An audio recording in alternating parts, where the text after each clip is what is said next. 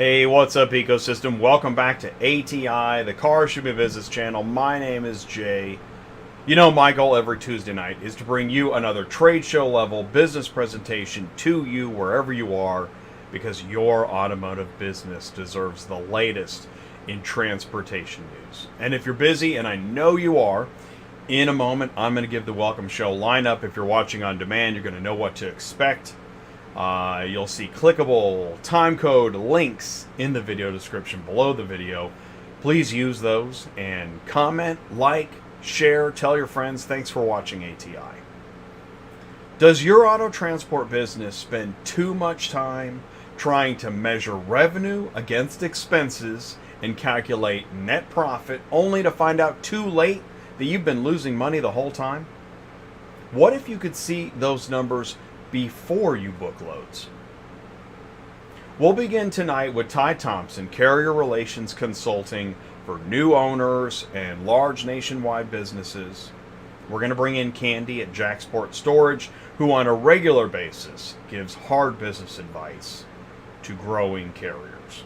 And then we're going to open up one by one. We're going to stack the deck. We're going to start with David of LoadWise, then Michael at Roadcall, Joe at Karshypr, and finally Ben at Super Dispatch.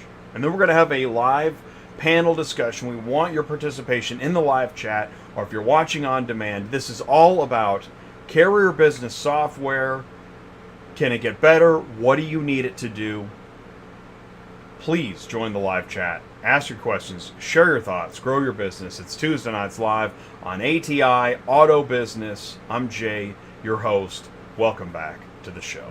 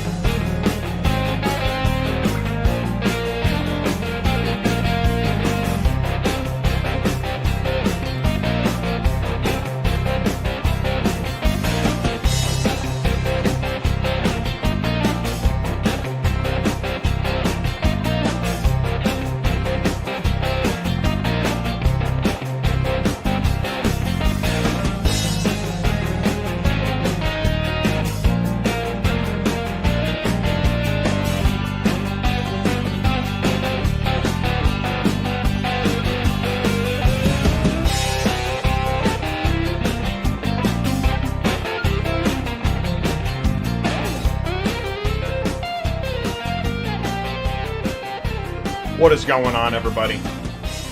Thank you so much for taking the time, saying hello in the live chat, whatever it is that you want to say. Mic check 1 2 3. You can say whatever you want. You can do whatever you want. This is auto transport. Yeah, I knew it. I meant to take away the names and do the stacking as I do, but okay. Well, so feel welcome. Please do feel welcome. Please do say hello, jump into the live chat. Stick around for industry news coming up in about 10 minutes. We're gonna bring in Ty. I didn't even have room because we got such a loaded show. But Ty is gonna be in here in about a half hour, 40 minutes. We're gonna bring in Kandy, talk about more advice, new carrier stuff, questions. Open it up to questions if you have a question or something you want to discuss or share or rant about. Do it. Because then we're going to bring in, one by one, David at LoadWise, and I know he's working on this issue. Better numbers for carriers, software that will do that. Michael at Roadcall shares that passion as well. Joe at Karshypr, also trying to find a better way to connect carriers and shippers so that more of the money goes to the carrier. And then there's Ben at Super Dispatch also here. Super Dispatch needs no introduction. So, thank you for saying hello. Jump into the live chat. Mic check 1 2 3. We're okay? It's okay? Please do... I already did that. Please do click share, click copy, grab that YouTube link, click plus save, get the podcast, do those things. Don't know what we're doing? Call or text Ty, 417-483-2764. If you need more information about what this show is, what the show does, really, you guys talk about more than transportation? Yeah, way more. So put it in the live chat. Okay, we're good? Awesome. All right, so after this, what we're going to do, we're going to jump into the live chat right after this, so stick around. Location Services, collateral recovery with pinpoint precision and advanced proprietary technologies. Your single source for nationwide collateral recovery. LS Recovery, certified and compliant. LS Skip, experienced recovery. LSPR, advanced plate recognition. LS Impound, precision capture. LS Remarketing, nationwide auction partners. LS Keys, professional locksmith. LS Transport to any destination. LS Titles, verified documentation. LS Auto Notice, secure fulfillment. One contact, one contract, we do it all. Location Services. Recovery, skip, LPR, remarketing, keys, transport, and titles. Location Services provides nationwide collateral recovery with pinpoint precision. One contact, one contract. Visit locationservices.com. Links in the live chat. Let's go into the live chat. Let's go ahead and do that. Every Tuesday night. Step right up. That's right. Go into the live chat. Say hello. Post your company. Post your lane. Post your route. Are you a carrier? Are you a dealer? Are you a broker? Are you a dispatcher? Share the information. You can do that here. Free advertising in the live chat. Cars on the Move. Ty is here. The Karshypr Business Channel. Thank you, Ty. Looking forward to having you on again. And in fact, that's why, Ty, that's why we haven't caught up in a bit, you know, because you're going to be on the show tonight. So we don't want to do the show before we do the show. Super Dispatch. Did someone say Carrier Business Software? That's right, we did. And thanks for taking the time to join us tonight. Mark Rodeke, we know you would have been here. You've got things going on. So we'll catch you on the next one, buddy. But if you have a question for Mark, he's in the live chat. And Mark, you can be, you know, we always like to have folks running up and down the aisles. So please do that. Please be the aisle runner tonight. Joe a Karshypr, he is here. Oh, Kimberly's here. Come on, Jay. Tuesday nights live. We're glad you're here. Joe a Karshypr is in the live chat until he joins us live on stage. And Vlad, look at this dude. Oh, you cracked me up, Vlad. Thanks for joining us, saying hello. That's great, man. Douglas M, it's Dougie, and ice cream melts in the heat. Dude, it's hot. It's hot in the studio. Oh my gosh, you got every fan going in tarnation. Can you hear the fans? The fans are hot. It's not just fans. I mean, it's crazy. Oh yeah. Those lights are hot. Affordable Transport Solution, Daryl is here. Thanks, Daryl. Thank you for saying hello, taking the time, joining us on a Tuesday night. We do that all sounds like one pick, one drop. Well, here's it's funny. Thank you, Vlad. I say these things because, like, this is why we've dropped the word transport from our name because too many other verticals, because God help us if we break out of our vertical. I mean, I've definitely had auctions. An auction software company was like, well, but you know, we do more than, you know, we don't really talk about transport. And I'm like, dude, you buy and sell cars. What do they do? What do you do after you sell a car? Do all the dealers live in town? No, come on. If it's automotive, transportation's in the equation. So, but I say the word transport too much, and people think it's a bunch of, you know, just drivers talking to each other. But I don't work in a truck, so then the drivers that talk to each other don't want to tune in. So who's left? So, we dropped the word transport. ATI Auto Business. Well, Jay, we don't really do autos, and we don't really do business, so I don't know, Jay. Okay. The live chat is a chance for me to not only talk to you, but myself live. So thank you so much for that. Really do appreciate that. Light applause. We're going to go into... we're going to keep the super chat open here for a minute, and we're going to go into industry news. Why are we gathered here tonight, right? All 16 of us. Well, we are because we know. All right. We know that you see it constantly. In a minute, you're gonna see it again in industry news. But without my cue cards handy, you know that in transportation, dealers know their numbers. Man, they got software out the wazoo. And not only do they have software out the wazoo, but then they have consultants out the wazoo to help you with your software. It's nonstop. Dealers know. They know before they buy a car how much reconditioning it's going to need, what prices it's going for, what markets it's going to do better in. They know all kinds of stuff. And yet when they get to the transportation quote, guessing. Except for the guys that have been doing it forever, and they're still paying the same as when Jimmy Carter was president. So let's turn that around. Carrier, when a carrier goes to book a load, obviously there's the really cheap red loads that suck, and nobody wants those loads. But other than that, do you know specifically what routes are making better money? Why is it that at the end of the month, in the middle of the night, or on a Sunday, you get all the receipts and pull them out of the shoebox, or whatever the process is, start plugging them into a spreadsheet, and that's when you do your numbers? You know it's not that way with larger businesses, but the owner-operator doesn't have... The owner-operator is so busy running their business, they don't have time for, like, real-time accounting. Where's that tool? Can it be free or cheap? Who can subsidize the cost of that tool? And where is the tool? And if we already have that tool, do the carriers know it? So what is going on? That's the purpose of this show. That's what we're talking about. Carrier business software. What do we got? Oh, and with the one pick, one drop, the thing is, here's what's funny. I like one pick, one drop, Vlad, because what we do on ATI, and Ty and I know, we have these conversations all the time now. We really have to explain to folks what we do on ATI. It's not really on other channels. We actually, not only do we talk about carriers, sure, we can talk about equipment. We like talking about business, talk about load boards and technology. But we actually have brokers on the channel, which is, I know, unbelievable. And we even talk to dispatchers, which is a huge no-no.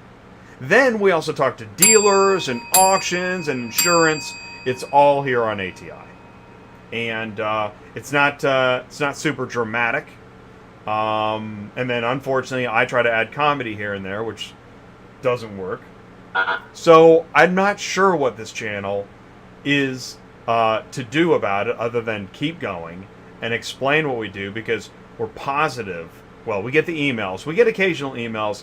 People occasionally like the show, the channel, what we're doing. And we still go to trade shows. That's my spiel. It's 7:15. I got to go into industry news. We'll be right back.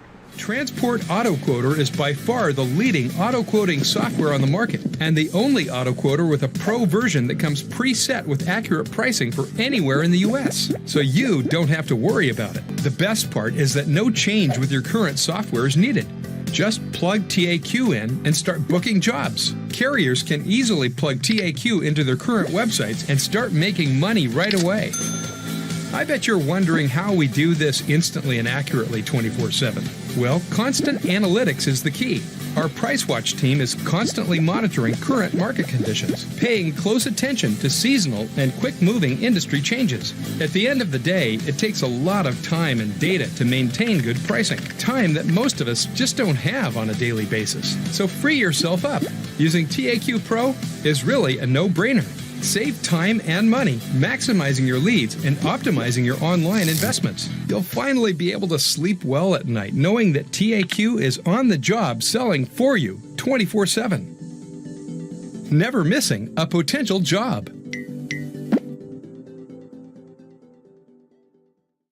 Now, I know that you need an auto shipping quote and broker software you can trust. Provide instant, accurate quotes online with Transport Auto Quoter by Superflow Systems and move with Pro ABD CRM. Visit superflowsystems.com. Links in the live chat. Okay, good. We made it through that. That's good. What we now need to do is, okay, it is 7:15. Squirrely night. It's a squirrely show. Well, one could argue this show, it went through a few permutations before we landed on tonight's specific topic and panel, and we're glad we did, because it really is. It's kind of a big question. It's not a real popular question, but it is a big one. So let's do some industry news. It is show 251 in a row on a Tuesday night on ATI. This is Carrier Business Software, where technology meets Chrome. See? Why, Jay? Why are you going to do this to us again? Well, Hotshot Trucking, pretty popular Facebook group. See, they get this post all the time. It's got to be tough to moderate this channel.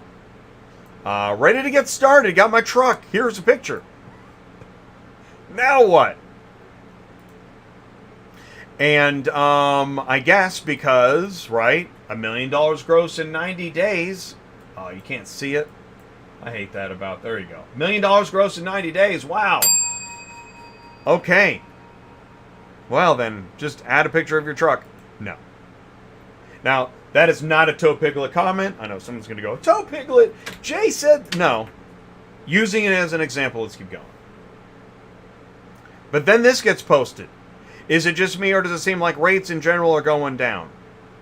And you know I say this every Thursday, and it's no fun. Believe me, I don't enjoy it anymore. But nobody's putting a band back together. There is going to be no protest. They're never going to go up. And we're going to show you why. Not really. Not the ones posted on the load boards. Hot shotters are dropping like flies. And even if they are or aren't, guess what? Nobody cares. I'm serious. We could literally say it on all social media every day, and those rates not going up. Nobody cares, even if it's true. So you're gonna just put your mask and your mittens back on and have a seat. It's not funny at all, Jay. But I asked the question, where'd you get that idea? Where did you get the idea to post a picture of your new truck and say, okay, now what? Where did you get that idea? Now, I know it's not simple, and I know it's not trite, but it is a good question nonetheless. Oh, roll the video. Okay, here we go. Now, this video... Okay. You can see it? Alright, here we go. Take her easy.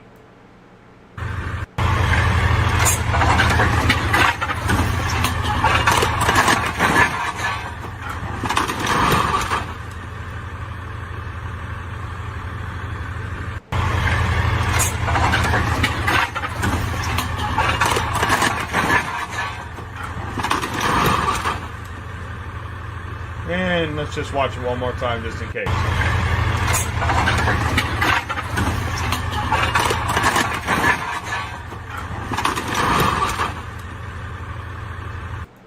Okay. Let's keep moving. That was unpleasant. So, yes, Vlad. One pick, one drop, ATI. We break out of our vertical regularly. This is not just a fancy slogan or a fortune cookie. No. We really do this. We actually talk about OEMs, auctions, dealers, shippers, services, brokers, carriers, equipment, regulations, and loads. Again, I know it's not pleasant, but this is the automotive industry. And if you're going to do business and you're going to say you've got an idea, please see the industry. Because if you just stay in your vertical, you're going to miss a lot. And then you're going to be wondering why the rates suck. You can play Bachelor at Truck Stop all you want. We don't want you to, but you are welcome to join us on Thursdays at noon. We want you to see how the back of the store connects to the front of the store. That's what we say here on ATI. That's where you heard it first. Ouch. This is not your granddaddy super trucker car hauling CB channel. It's not. We put business first in auto transport. And it's where carriers, dealers, brokers, and tech all connect. And we want you to share all your apps. Tell us how many apps you have. Because again, the people that don't care if you do or don't go out of business are the same ones that do or don't care how many apps you've got. Sorta. Take her easy, Jay. But seriously, you have a lot of apps. And the word is getting out. We're helping with that word that there's got to be a better way. Doing right by carriers, we know you belong on ATI. Because again, you think everyone cares about this message? I have never heard somebody else say they care about doing right by carriers. I am waiting for another big resource to go ahead and share that information. And I have enough to go around. Because when you say my ETA is my ETA, no, I disagree with you as well. Your ETA is everybody's ETA. Remember? That's why we talked about this. Because it's a giant ecosystem. Not one vertical can dictate the rest of the verticals. Well, except for regulations. Okay. I'm trying. And so if we don't pay attention and we go out of business, this is how you'll get your news. It will be... Okay. And I know how hard. Do you think all the other verticals realize how hard you're working?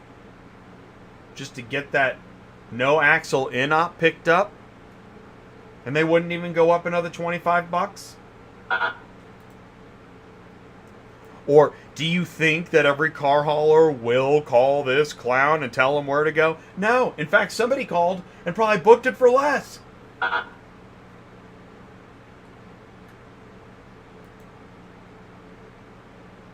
That's probably why around 60% of new restaurants fail within the first year. And nearly 80% are out of business by the fifth. How many people do you know that are already out of business? I know a few. And why do they fail? Not enough capital. And how did that happen? What, wake up one day and suddenly you're missing $100,000? No. It happens slowly. Or quickly. But either way, there's a way to see it coming and a way to measure it before it gets too crazy. That's why I like this slide a lot. I think Ruben the car hauler did this. I like this. Every car should look like this to a carrier. And not just in the moment of booking, but the whole time. Because you know what? As you keep going, as you keep driving, as stuff happens, these numbers should be changing, right? Okay, that $400 will stay the same. But your cents per mile ain't $1.09 before you pick it up and after you deliver it. Because based on the other things that happen during your trip, that number's going to change. The miles are going to change. The cents per mile ain't staying the same.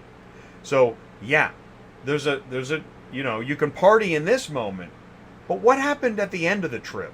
Was this still the case? I'd like to know.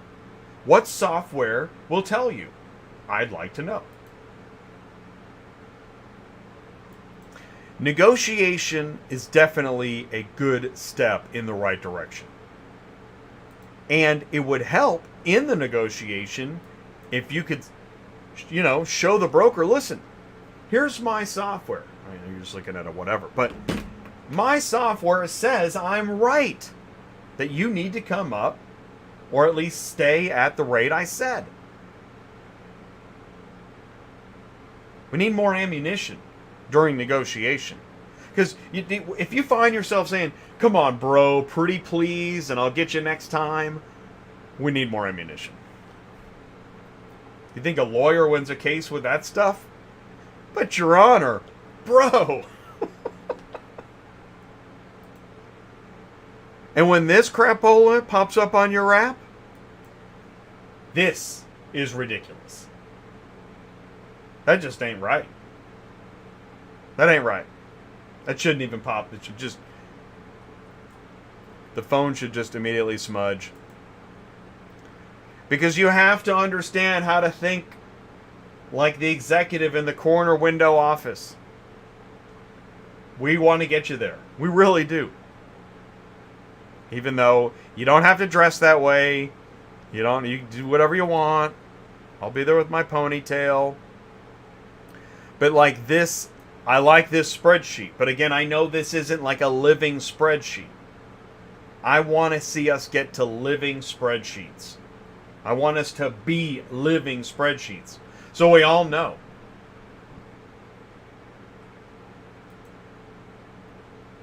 I don't like reading this. I've been in business since 2015. Lady I do insurance with told me my insurance went from 23 to 49 a year. I'm just going to sell my truck.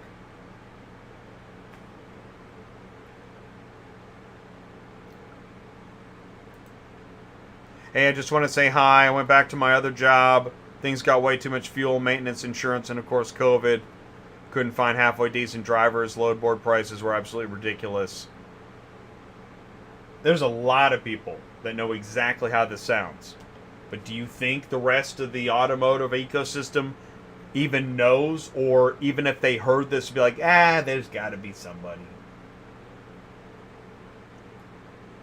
We're coming up on a problem. And Ty talks about that all the time.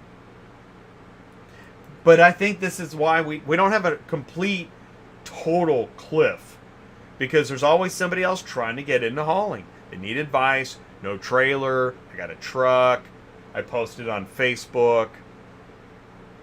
I'm ready to go. This guy's like, don't. When running Deadhead, so do I log into my ELD. 187 comments. The moderator said over 70 rude and incorrect comments were removed from this thread alone. So clearly there is interest. We just need a way. I don't even know. Where do we start? Where'd you get that? By the way, where'd you get that idea? So like dealers, right? Look at what the dealers have. I mean, shoot, they got it on their watch. I mean, they got metrics. They know everything. They probably have like portertakenaleak.com. I mean, it's crazy. They know everything. And there's a bunch of software with all kinds of metrics. These dealers are armed to the teeth. What do we have? Send me your comments. Autotransportintel@gmail.com. Maybe this is boring. This could be just extremely boring. But it is how you get your car shipping news. Okay, well, that's exciting. But I'll tell you what, here's what we do. Just in case it gets too boring. Every Tuesday night, that's right, step right up. Every Tuesday night, we got 5 new questions. That's right, 5 new questions on Are You a Car Shipping Guru? Play Ask Larry, powered by ATI and Superflow. We're going to stay on theme. Question 1, here we go.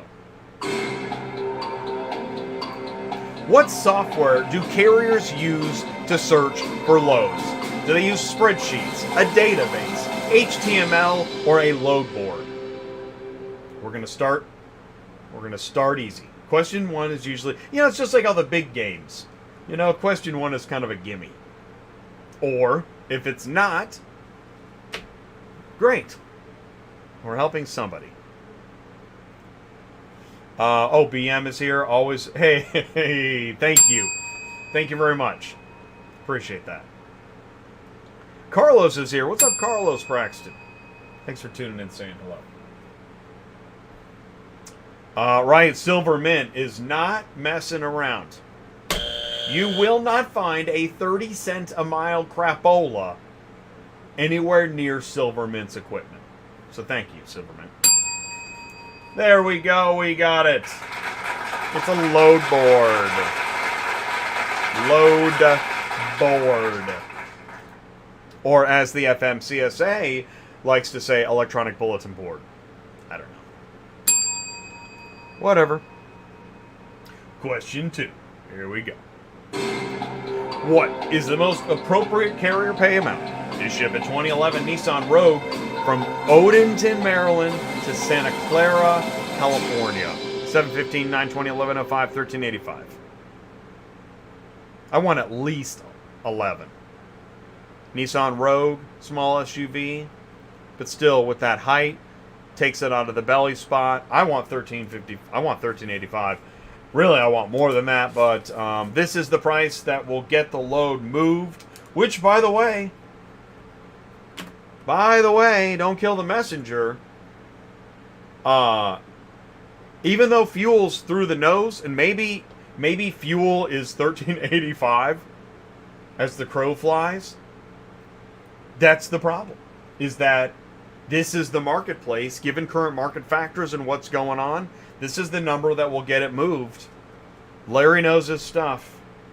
I think it's 1385. Made using HTML. Now that's funny. But you don't, but you... and you know what, Joe? It's funny is that I tried so hard to make sure the other answers, assuming I wrote the questions, weren't options. So you got me. But it is load board, so I'll take a light applause. All right, going once. Anybody want to guess on this thing? 1385. Right, should be more. So it's got to be. If it is not 1385, oh, thank goodness. Yeah. Right, that would have been really disappointing. And there's a shipper somewhere like, gee whiz, Wally, 1385. You know it. You know it's true. All right, question 3. What software do carriers use to manage loads they haul? Is it an ELD, a CRM, a TMS, or an ePod? Joe?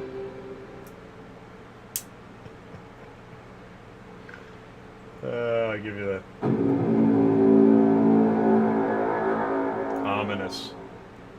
Very ominous.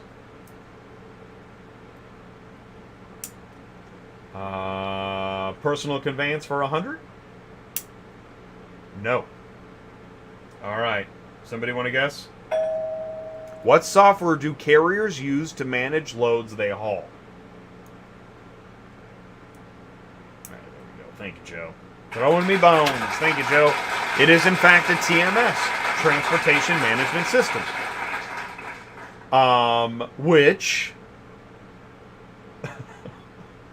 Which, by the way, Central Dispatch is technically a TMS. I mean, because you can move it in the buckets, right? Am I right? Also an ePod. See, I don't think an ePod is a way to manage loads. I think an ePod contains the documents of a load you haul. But if you're looking to manage new loads, archived loads, picked up, delivered, I don't think an ePod counts. But, hey man, that tonight, this is a discussion. So thank you for participating, and, I appreciate it. Question 4. Here we go. What is the most appropriate carrier pay amount to ship a 2018 Ford F-150 from Nicholasville to Montgomery, Alabama. 305-547-90 or 945. I finally just got Holy Acronym Batman, right? Like, right, exactly. Oh, there's more acronyms where that came from. F-150, I mean, I'm just going to guess Louisville to Alabama, Montgomery. So, that's south of Birmingham. I don't know. It ain't going to be 945. And it should not be 305. I could see somebody moving it for 540. And 790 seems like too good a rate for a load board. Tell me I'm wrong. Okay, good. Thank you. TMS and an E-Pod. All right, perfect. Make sure, will you make note to discuss that? Because one of the purposes of this at all is awareness, right? Because I know it's got to be three quarters of the industry, when they hear E-Pod, they have no idea of what you're even talking about. You may as well be talking about your ELD. They don't know. Okay. What is the answer? Oh, is it 540? I think you're probably right. Yeah, there you go. You got it. 540. The 790 would just be too much for the load board. Now, the customer's paying $945. See, now there, right? You know, it's interesting on this show, on these questions. We really should do a series. This is an idea, Mark. We should do, what's the shipper paying? That'll really, people will start running for the hills when they find out what the shipper's paying. Okay, question 5. Get your acronyms ready. Here we go. What software do brokers use to manage and dispatch loads? Is it XML, CRM, an ELD, or an RMIS? And don't tell me XML, Joe.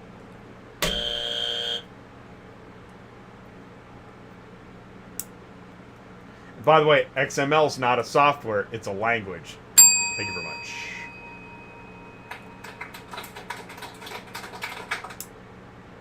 Thank you, Silvermint. Sometimes I get so crazy with my ideas, I don't even know if somebody's kidding or not. What does a paper BOL have to do with it? I don't know. Oh, JTracker. There you go. You can't say JTracker anymore. Nobody uses that. Shoot, man. We haven't had that since exactly December 3rd. I don't know what it was. Speculation Live. Oh, look at that. Ty's got it. Ty has got CRM. Now, what's interesting is a CRM, as far as all these technologies go, a CRM is used by businesses in other industries, because a CRM allows you to manage a lead, right? To take that kernel of moment of I need a car shipped, whether it's a contact you already have or you build a contact, take a new load, go through your sales process, turn it into an order, and then dispatch it to a carrier's TMS. A CRM lets you do a lot. Now, question. If you're a carrier with a central dispatch account, does your account let you manage a load as a CRM?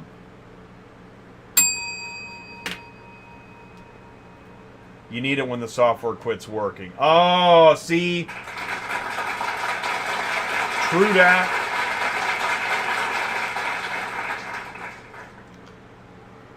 Okay, so it is now time. All right, great.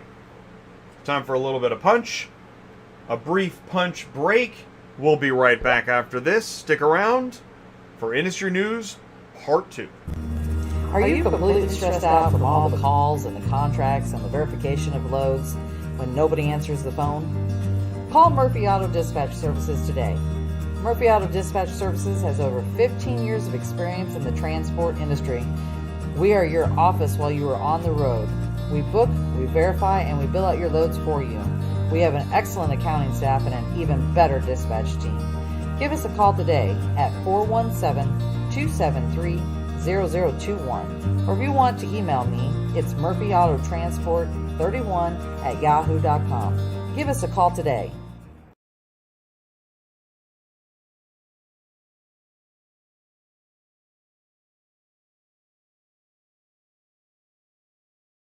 Everybody wants to be part of a bigger story. Auto transport is a vital part of that story. Vehicle reconditioning starts when your transport arrives at the dealership. The story starts with you. For our auto retail customers, as yours, full satisfaction.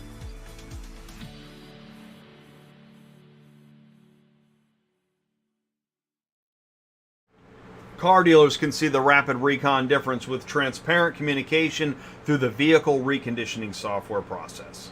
Auto remarketing and dealer inventory management. Visit rapidrecon.com. Here we go. Thanks so much for taking the time. We got a lot of show left. It's Industry News Part 2. Carvana license suspended again? Really like that button tonight, Jay. Title and registration issues continue to haunt the online car retailer. Carvana is again prohibited from selling used cars in Illinois after the Secretary of State Police reinstated a temporary suspension. The state says the online seller has been issuing car buyers temporary registration permits from outside Illinois, not using a licensed third party to transfer titles, and not processing the registration paperwork through the Secretary of State's office. Well done. Great job. I mean, that's... You know you're big when you just... What is it? One time you fool me, twice you shame me. What is it? The state says it suspended sales again because Carvana was not transferring titles within 20 days of sale nor issuing Illinois temporary registrations to Illinois buyers. Get this. It also says Carvana would issue temporary registrations up to 4 to 5 times from different states for the same vehicle. Wow! That's pretty gutsy. Carvana faced similar scrutiny in other states. Good times. Carvana pressured to cut costs amid waning used car demand. With consumer confidence falling and the Federal Reserve raising interest rates to fight inflation, online used car sellers may see little growth in demand in the coming quarters. Great. Note, when there was extra money because the prices were going crazy, anybody get any? You think that's going to happen now? That the prices are stalling? Great. Carvana may be back on growth trajectory, but what investors really want to see is how well it's controlling its costs. Note to the rest of the industry, that's what all investors want to see right now. Can you control your costs? Cash management, navigating through the back half of the year are going to be really important. But, interesting enough, Carvana mega sale talking about how shop over 1,500 Carvana's quality wholesale vehicles at 15 plus ADESA locations, wasting no time. They don't have time to waste to promote all of their sales at their ADESA locations previously owned by Car Global. Since anybody can remember. TrueCar expands vehicle delivery for dealers. But Jay, we don't really talk about dealers. Dealers who enroll in TrueCar's latest program can select coverage in their state, in a neighboring state, or within their whole region. TrueCar has expanded the company's home delivery program for select used vehicles on the TrueCar platform, with distance retailing options for dealers throughout the continental U.S. This includes making delivery part of the company's TrueCar Plus offering in Florida. Our home delivery program in partnership with Assertis. There you go. Who is working with TrueCar? Assertis. Lets consumers give realistic consideration to a wider range of dealer inventory. What's the name of one of those companies that goes to trade shows, sponsors events, and does all that stuff?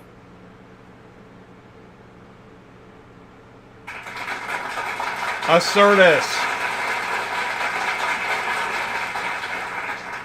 Okay. Walmart blocks Amazon from buying Canoo's EVs. Walmart has an option to take a position in the electric van company. That's not a... I mean, this isn't major auto transport news, but Walmart's deal backing an EV startup has some strings, providing they don't work with Amazon. That's funny. Walmart's agreement to purchase as many as 10,000 battery-powered vans from Canoo provides a lifeline to Canoo. Of course, the document also indicated Walmart's purchase is non-binding. So that's a handy situation. Amazon's buying 100,000 from Rivian, so get ready to move some EV vans. Well, what happens if the battery dies? I don't know. Nobody said. Is it on the dispatch? Okay. We'll figure it out. In fact, a quarter of Americans say their next car will be an EV. Really? Millennials are eager to electrify their ride.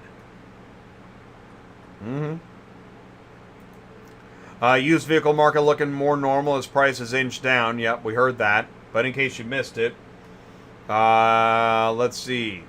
However, and we're talking, I mean, percentage points, but everybody's looking for that indicator to know what to expect. And your indicator is here. Yourindicator.com. Okay. However, prices are expected to remain elevated due to continued high demand, low inventory, and record low incentives. This is an interesting little tidbit. Total supply of unsold used vehicles on dealer lots, both franchise and independents, across the U.S. stood at 2.46 million units.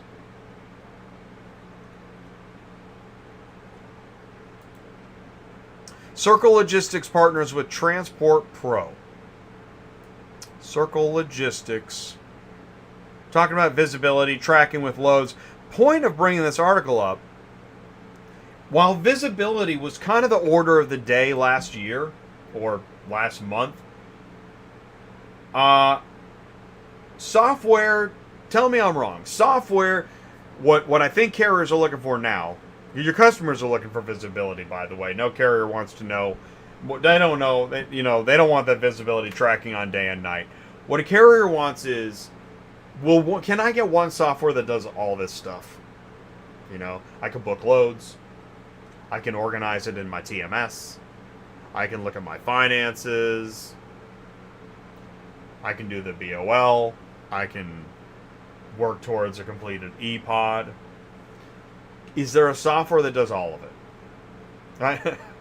I know you're chomping at the bit, but then does everybody know that? Right? That's the next thing. But yeah, we have it. Does everybody know it? All right. Let's keep moving. Safety groups call for 60-mile-an-hour speed limiters on trucks. Oh, gosh.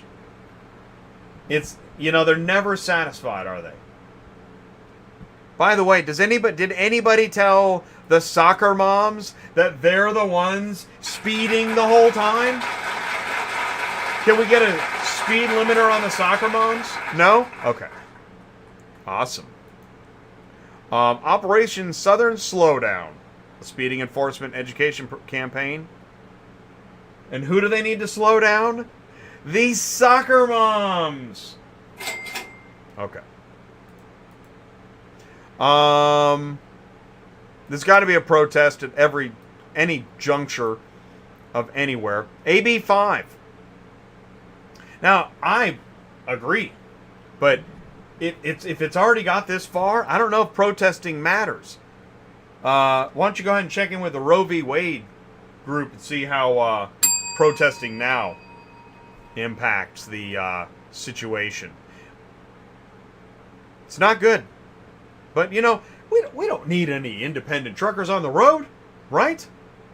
Shoot. Is my Amazon stuff here? Nope. Oh, okay. Oh, we have another video? No. We saw that one there. Oh. Hang on. Can't hear it. Going again. So, California legislators passed a law that bans owner-operators from using a provider that gives them loads. So that's basically going to take all the truck drivers that are owner-operators and put them out of business in the state of California, which will consequently drive up your prices at the grocery store and whatever stores you shop at. It's not going to help the consumer at all. And it's going to force truckers to leave California if they want to keep their business and stay in business and go to a state that is not mirroring that. Unfortunately, a lot of states like New Jersey and New York always mirror what California does. So that's what's going to come up, and I really hope that the Supreme Court. Oh, it's with the Supreme Court? Oh, great. Thank you so much, Ron. Making martinis in the super chat. Really do appreciate that. Everybody gather around and get a glass. Thank you, Ron. Appreciate that, buddy.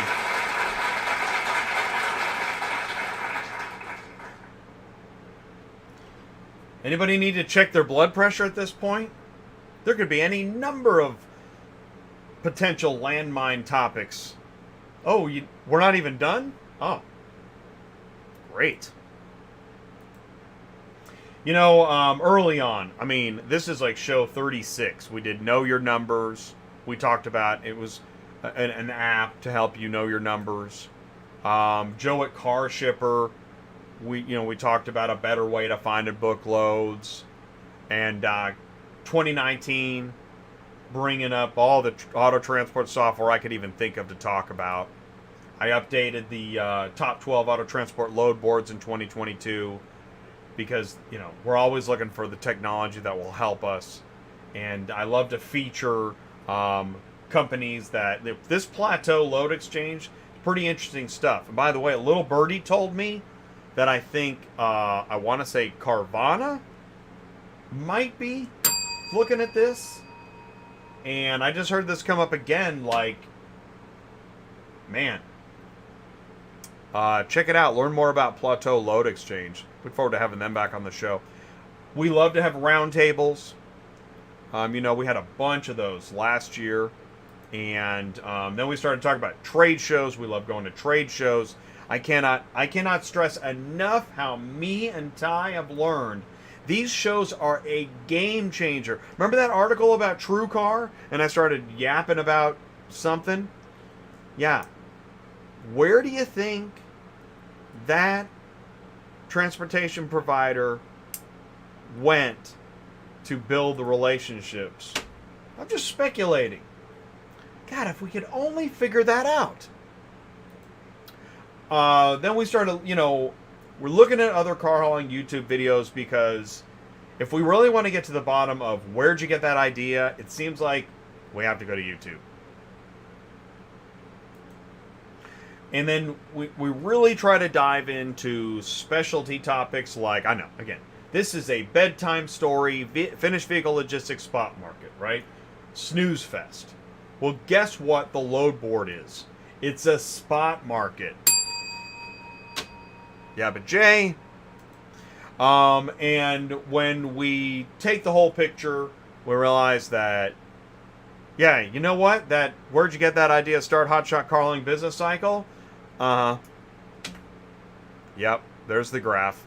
So here we are again tonight, once again trying to tackle the software, load board, driver mobile app, TMS, CRM, and that's just, well, that's kind of the beginning of, I think, where we're headed. It's going to get really complicated fast. So that's our topic tonight. Thank you for joining us for that. Don't forget about the podcast on all major podcasting platforms. It's ATI Auto Business. That's the name you look for. It's still ATI Auto Transport some places, but it is ATI Auto Business. You can call or text Ty, 417-483-2764. Plus, he's going to be on the show tonight. He's in the live chat. Normally, we are 4 times a week Actually, tomorrow we're gonna go live tomorrow with Brian, which is now a bi-weekly show. And we're gonna go live at noon with Brian on Live Carrier Advice. We're gonna take Thursday off, although man, do we love thermonuclear Thursdays. Do I have an explosion button? I sure need one. Because we blow up the industry on Thursdays. Man, oh man, the stuff that gets said on Dispatching Live. And we're also taking Friday off. But we had it, man, if you haven't seen Dealer Toolbox Essentials with Michelle, she knocked it out of the park. Awesome. You say, well, Jay, I'm not a dealer. I don't like toolboxes. And I don't have... Okay. The point is, when you go watch that video, think about how you could make that kind of presentation for your business. Simple checklists, advice. It's a marketing show. Anyways, I'm not going to be around because I'm going to be live in Iowa next Tuesday night. Is that right? Next Tuesday night? Live from Iowa. Doing what? I have no idea. A little bit of a vacay. But it's funny because that's where it was when I was live from Durango a year ago. I remember I was driving around Durango and I'm like, okay, what am I going to do for the next show? And that's where I came up with, where'd you get that idea? So, vacations are good. Or whatever they are. All right, let's do this. We're running late. Let's get Ty up in here. Man. We're losing all kinds of time. All right, so stick around because right after this, we're going to be live with Ty Thompson, Cars on the Move. We're going to take a very short amount of time before we introduce Kandy of Jaxport Storage and kick off this show. Thank you so much for sticking around. We'll be right back. Why is auto shipping such a challenge? If shipping cars is part of your job, you've wasted time assigning and tracking shipments, waited around while deadlines are missed, and struggled getting anyone to answer your questions. And if you're a carrier moving cars, you've wasted time with bad contact info and shipments that aren't available, waited around for help locating vehicles and receiving payments, and struggled getting anyone to answer your questions. At PAL, we integrate systems for seamless API automations, provide daily email updates, custom portals and reporting, provide ACH quick pays, and we never hide from any questions. Join the auto logistics revolution because it's time to do things better. Preowned Auto Logistics, vehicle transportation made safe, reliable, and easy. Preowned Auto Logistics provides car shippers with experienced professional drivers, a fully insured modern fleet, and friendly, knowledgeable service. Ooh, that's a tough one. Knowledgeable. Learn more at preownedautologistics.com. Wow, Jay. Really? Well, I almost forgot to say anything entirely, so I'll do better. I owe you one, Preowned Auto Logistics. Links in the live chat. All right, so here we go. We're going to get ready with Ty. Stand by. We've got, joining us now on center stage. Thank you for saying hello in the live chat. The one, the only, Ty Thompson. Hey, Ty. Hey. How's it going, Jay? Good, man. How you doing? Can you see me and hear me okay? Always, every Tuesday, Awesome. every time I come on ATI, man, Crazy, I can man. see you and I You're can on- hear you. You're on fire. I know. I see it. I can hear it. Why don't you take it away for a minute? Tell us what are we doing? What's going on here? Well, it's interesting. Because we were supposed to have a different show, and you mentioned this earlier. It changed, and I was kind of. I'm not exactly sure what you were talking about, but I knew you were talking about something that was kind of important. So I think we talked Friday on the Cars on the Move show, and I think that was Michelle, and I think it was a good show. But anyway, to get to where we are tonight, with the guests that we have, with the topic that we have, it actually turned out really good, in my opinion. And the reason that it turned out really good, in my opinion, is because I've been in the transport business, auto transport business, for 20 plus years, 22. I got rid of my trucks about, what would that be, 10 years ago. So I don't even have any trucks anymore. So I started in around 2000, and I didn't know there was a load board. I didn't know there was an app. I didn't know there was any technology. I had no idea. I started talking to car dealers and asking them, what is this? How do you make this work? So they told me. Anyway, I met you several years ago, 5 years, I think it was. Super Dispatch is where I met you. And you and I connected real quick, and you've taught me a lot. You really have. You've taught me to listen and be patient. And the thing about it is that when you guys tune into ATI, the changes that are happening, they're real, okay? And they're happening real fast. I mean, this goes back to 2020. I mean, talk about accelerate. So I get the call occasionally, Ty, I want to start a transport business. Okay. The first thing I say is, who's your customer? And who's your customer should translate into where you're going to get cars, because you want to be a car hauler, right? So I always used to stick to my same line that's all I know. You go out and you start knocking on doors, you start handing out donuts, you take coffee, you pick people up, and you network like that. So as I met Jay, as ATI became real, I'm seeing, wait a minute, it's not that easy. There's this whole other world that I was completely unaware of, which has to do with YouTube. Honestly, I didn't even know YouTube existed, but apparently YouTube is a great place to go to figure something out. And it depends on what you're trying to figure out, because you can run into some real problems, especially when it comes to starting your own business in auto transport. Be careful who you listen to, right? Because the reality of it is there is zero easy about this business. And you make money, you can make money, you can do really, really well. But starting out, you're one guy that wants to be a transport company. Where do you get cars? That's what I'm trying to figure out, okay? I know where I go get cars. Where do you go get cars? How do you do that? How do you build that business? Do you want a load board? Is that it? That's all you want? Or do you want to actually have a client base? And as I've been hanging out with Jay, I've been on ATI, I go to these conferences. Here's what I'm learning. Because of COVID, dealers have to do business a little different. If you're getting into this game and I ask you, who's your customer? The answers should be a car dealer and an auction, in my opinion. As you start to look at that, you're like, wait a minute, who goes to the auction anymore? There's, I always think of this company, VinQ. You heard of them, right?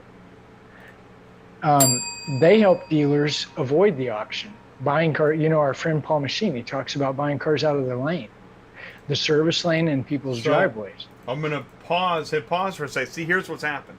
It's interesting. First, we're talking about kind of you were talking about kind of how we met, what we were talking about when we got started. When I see 2015 in a news story, that seems like so long ago.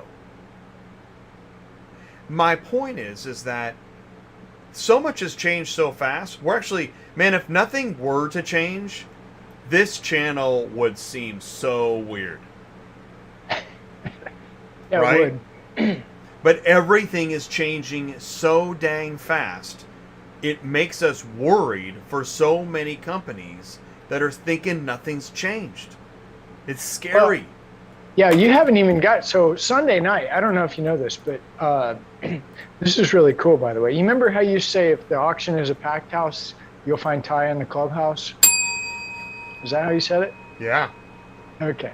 Well, Kandy and I have started, we're 2 weeks in a row now, we're on Clubhouse, and I believe the chat room or the room is called Logistically Speaking.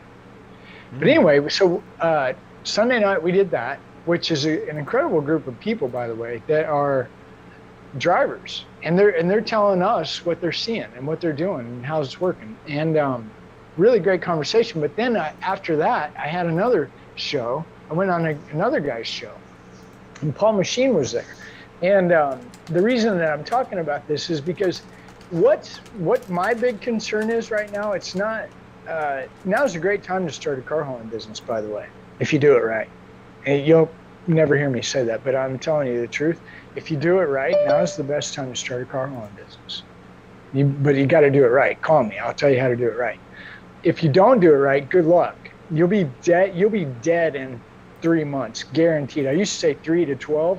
3 months, goodbye, if you don't know what you're doing. So perfect, right there. Here's what we're gonna do, because we pivoted like crazy. Thursday afternoon, I found out the show that I was gonna do wasn't happening. Had to postpone.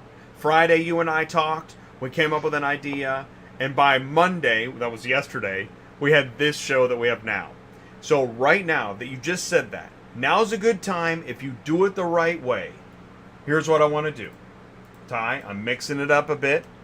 Now on center stage, I'm going to bring in David at LoadWise. David has never been live on this show before. This is his first time. So I want you to please wish a warm welcome to David at LoadWise. David, can you see me and hear me okay? I can see you. Can you hear me? We can see you. We can hear you. You are live on ATI. And literally, Ty just handed you the baton as he said, now's a good time, assuming you do it right. What would that look like, David? What would you need to do? I know I'm throwing you in the wolves, but I know you can answer this. Because, David, what are you working on? Tell me more. Just to give everyone a little bit of background, glad to be on the show. So I used to work for a shipper in the automotive hauling industry, and after several interviews of working with carriers and just kind of digging into the tech they were using, I was shocked at how limited it seemed. And so I kind of saw this path where there was you gotta have the single owner operator, the guy that's got, one truck, and they're trying to grow into, 2 to 6, which is the majority of folks, right? And they have a different set of tools that they need. And so the guys that are usually just the one-off, have their own truck, most of how they were managing their business is spreadsheets, as we all know. So, whether that's tracking expenses for fuel or their cost per mile. I think you mentioned CRMs for tracking, drivers and brokers and things like that. So I just took an interest in it, and I started to ask and probe around, and ended up working on a product that I call LoadWise. I'm not going to be demoing it today, but I do want to just kind of illustrate the problem, because I think at the top of the call, Jay, you posted a screenshot of a spreadsheet. I'm not going to call any names out. I don't want to single anyone out, but if I remember correctly, there was a total loaded miles, and then there was the difference between the miles that they actually drove for that week. And what we found was that number was roughly 30% of that driver's week was spent running empty. And so to me, that's kind of like, that's crazy, right? Like, I don't know, I don't know the industry average. I don't know the norm. But I just thought there had to be a better way. And to Ty's earlier point, it's kind of dangerous, because, the first thing you think is all right, I'll go to YouTube. I'll try to find the way to solve this problem. And then not knowing that the person you think is solving the problem is actually driving empty, a third of their week. That's like if you're driving 5 days, almost a day and a half is empty.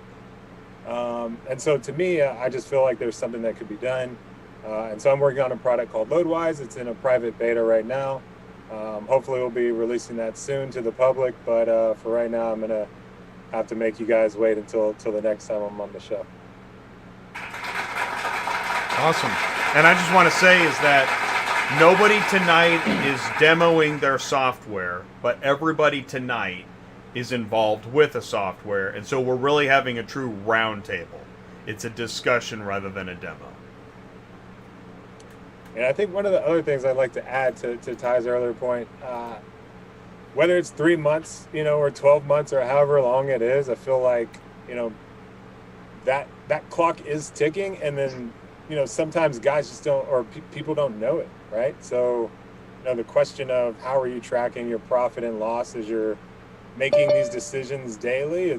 These things could be available to carriers, and when it's not, sometimes it seems like, oh, I had a repair, or I have maintenance, or I had this unexpected cost. Look at this. Already in the live chat, Banjo Hero says, can I get in on that beta? That is awesome. Absolutely. Yeah. Wow. Anybody here tonight, listen, this is channel wide. If you're a viewer, if you're a participant, whoever you are, you're welcome to post your contact information in the live chat, in the YouTube comments, and connect with somebody else to improve your business. So, yeah, David, if you do you have a way to be contacted? Yeah, I can drop my email in the chat here in a moment. All right, cool, perfect. All right, cool. Thank you. I just thought that was such a big deal. I wanted to say something. Yeah, so I mean, anything I could do to help. I just think, as I'm looking and as I'm interviewing and doing ride-alongs with different owner-operators, I'm realizing just how limited they are when it comes to technology. And I think there's a lot that, hopefully those of us in the channel and joining the roundtable today, we can offer some solutions tonight in the form of conversation, or in the future in terms of technology and apps. So excited to be a part of it. Awesome. All right, so here's what we're gonna do: as we continue to talk, and Ty, we're gonna add Kandy in here at some point. But Michael is here. Michael is with Roadcall. So please, everybody, please wish a warm welcome to Michael. It's his first time on ATI. We got a special show tonight. Lots of first timers on the channel, but in deep in the software. So, Michael, can you see us and hear us okay? I kind of threw you in. Check. Let's see. Michael.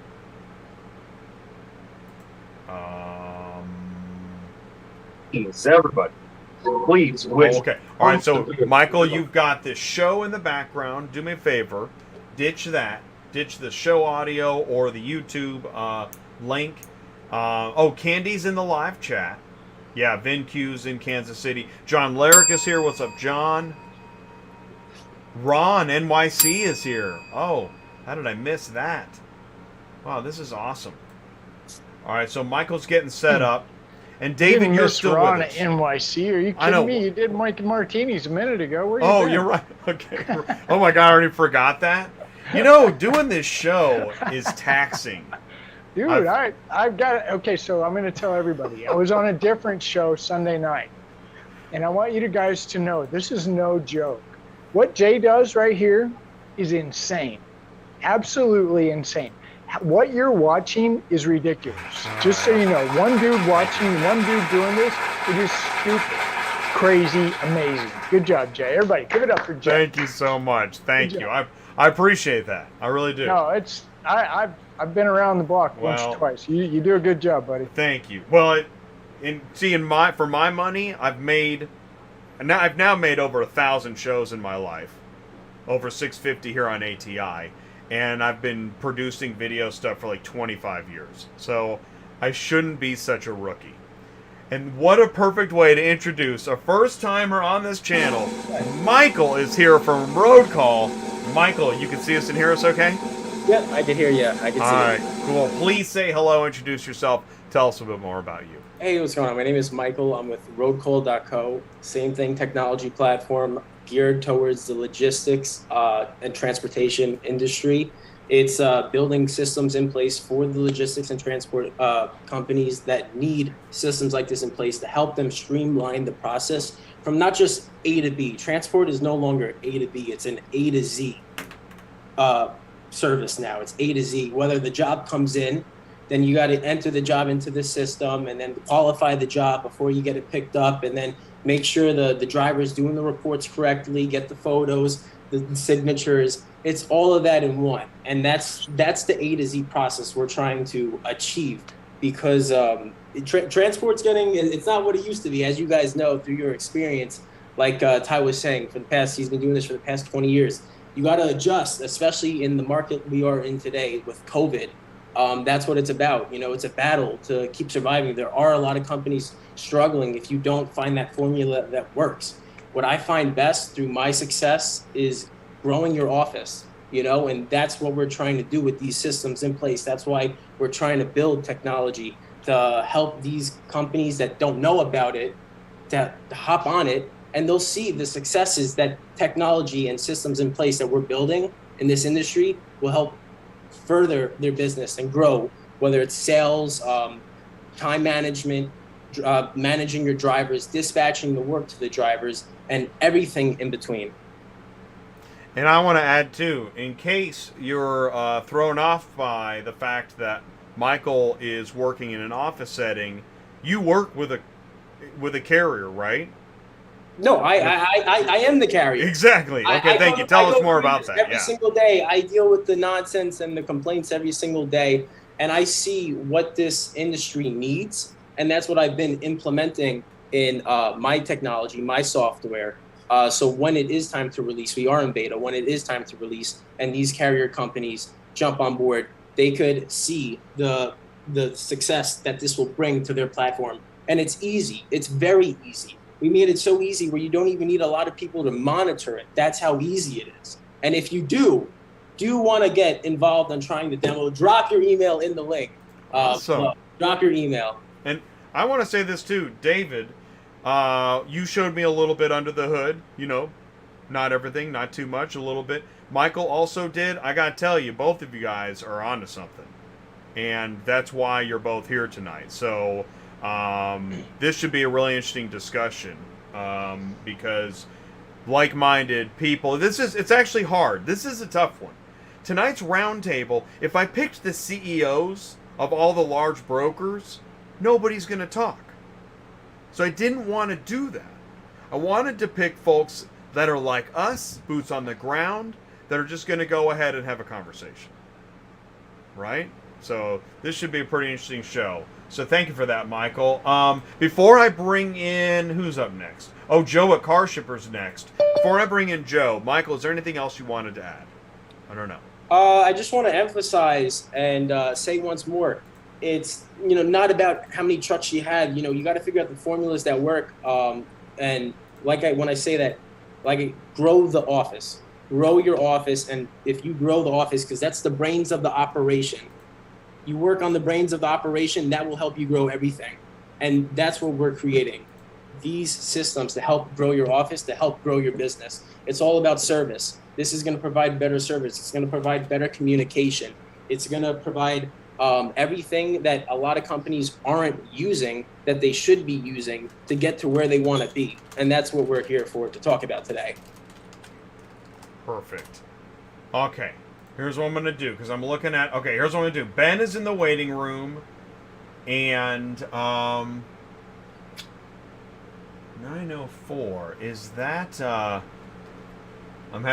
just having a live moment where I'm trying to figure out... I wonder if that's Steve in the waiting room. Interesting. Okay. Ben, get ready, buddy, because here comes the drum roll. Live on ATI now. I think it's his first time. Again, first time on ATI. Well, been in the live chat a lot. Long-time chatter, first-time Zoomer. Nobody says this. Please do welcome Ben at Super Dispatch, live on the show. Ben, can you see us and hear us okay? Mike? Hey, Jay, can you see and hear me? Ben? We see you, we hear you. What's going on? Please say hello and tell us a little bit more about you. Yeah, long-time listener, first-time caller here. It's really great to be in the live chat or in the Zoom room with you guys. For anybody who doesn't know, my name is Ben. I'm usually the guy who's behind the Super Dispatch logo in the ATI chat. I'm a product manager at Super Dispatch, been there about 2 years, and started on our support team, helping drivers, dispatchers, carriers, shippers, everybody use their respective end of Super Dispatch.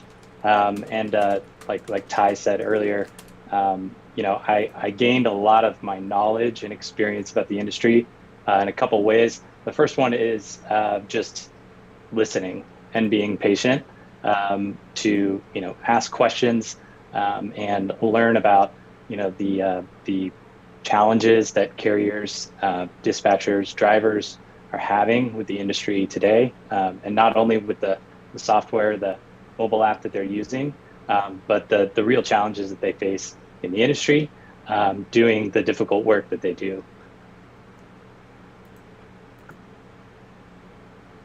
Amazing. This is pretty cool, right? This is a first time on the internet kind of thing. I don't think I've ever seen a lineup like this. And if that's not enough, let's go ahead and add Joe at Karshypr. Here we go. We're on a real roll here. Please do help me welcome again, first time on ATI. No, he's been here once before. I think it was once before. Dang it.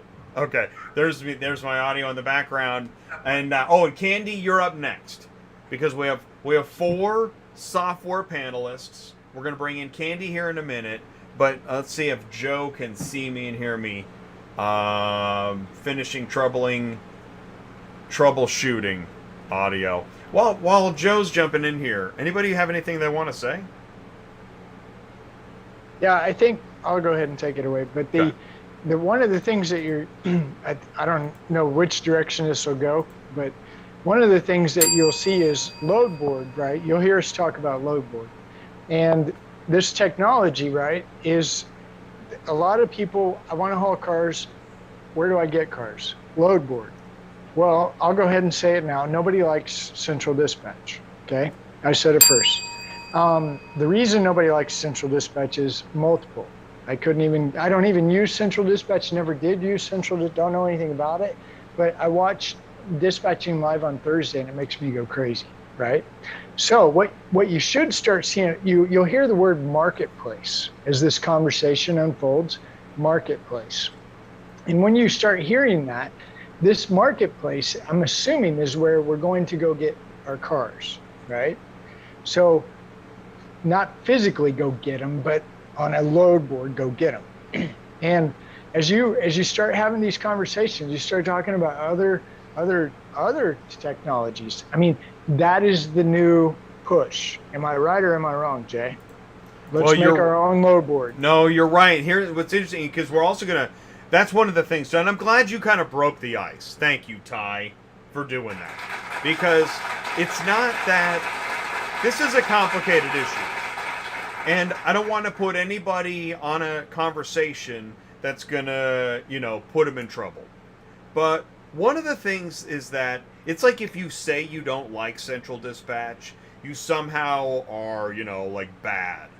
And the thing is, and by the way, when someone says they don't like central dispatch, what are they talking about? Is it the rates? Is it the design is it the negative rating dispute garbage? I mean, which one is it? Because they're all real. There's a whole lot more reasons to be upset. Are you mad at the price? Right? Are you, so, and what's interesting is, it's those concerns, we'll put it in, and on Dispatching Live, I recently talked like it was a survey, so I was doing kind of a corporate bit, right? And, because that seems to work better if you're going to talk like this at a trade show. So, I was, whoops, too much? Oh, okay. So, the thing is that it's these problems that have led us to solutions, innovations, and, now there's 40 people developing software. Right. But here's where I'm going with this. The big concern is what is on the load board. Okay. Nobody will say this but Ty. What is on the load board is trash. Okay. Because every broker, every dealer has a contact, has a Rolodex. I call it the Rolodex. I'm that old. Has a Rolodex that they use to call their direct carriers directly. Get it? Am I making sense, Jay? Dude, perfect timing, because here is Joe. Can you see us and hear us okay? Yes, I can hear you, Jay. All right. Joe, please say hello and tell us more about you and what your goals with Karshypr are. Yes, my name is Joe, and my company name is Karshypr. Karshypr is a tech company that connects shippers to carriers that's looking to fill the empty space. We're geared towards the home delivery sector of the transportation network. A little background about myself. I come from the brokerage background, And through frustration of not able to transport cars the way we would want to and retain customers, we decided to build Karshypr, which was an easier way for POV customers to get their cars delivered. Whether that be dealerships looking to make home delivery, POVs looking to snowbirds or relocate, little small auction houses looking to get cars home or back to little different auctions. We decided to create a platform that takes care of everything seamless. Right, and so here's a question. Do you need bunch of brokers if you use a platform like Karshypr? Brokers are, I wouldn't say brokers aren't needed. There's moves where are a little complicated where brokers definitely have a need in the transportation. Most of the loads on our network don't really need brokers. We can connect directly to the carriers using the technology that our software provides. So it's a little 50-50, I would say. Right, and so I know, and my problem is I get to I go right for the punch, and I said something almost unfair. It's not to say we don't need brokers, but my point is that everybody's fine pointing out that nobody needs a dispatcher. But as soon as you start saying, how many brokers would rather do business without carriers? Yeah. I bet there's a few. I get a lot of heat for saying that. That's why. Yeah, I bet there's several brokers that would love to get rid of carriers. But so when we say, well, can we do business without brokers? Well, what the? Yeah. How dare you? But why is now? Well, why would anybody want to do it that way? Why would they want to eliminate the broker? Yeah, sure. Well, with the technology that's provided today, I definitely don't see the need for brokers in every transportation and every shipment. As you know, technology eliminates the middleman. And we have enough technology and algorithms that can connect shippers to carriers where we won't necessarily need a broker. And as technology moves forwards and evolves, that broker need is going to get less and less. And before I hand this to everybody, I just want to say, and if that were to happen on some of those shipments, where does the money that otherwise went to the broker go? It would definitely go to the carrier. Yeah, so if there's margins that are not being taken by the brokerage to run their operation, yeah, there's margins that's left over to go over to the carrier. And the carrier has a software where they can actually grow their business and show reviews and pictures and past experience. You can actually charge more. We actually proved that. A lot of these carriers in the broker, they're not in the broker side, but in the shipper side, they don't have a name. The shippers know the broker. They don't know the carrier. So when you ask for more money, why are you worth more money? But if you can prove that you're worth more money by showing this is the kind of service I provide, shippers tend to pay that money. Yeah, I'll plus one on that. Something that we're seeing at Super Dispatch fairly frequently now is the assembling of in-house transport teams by auction networks and dealer networks who want to bring this operation in-house.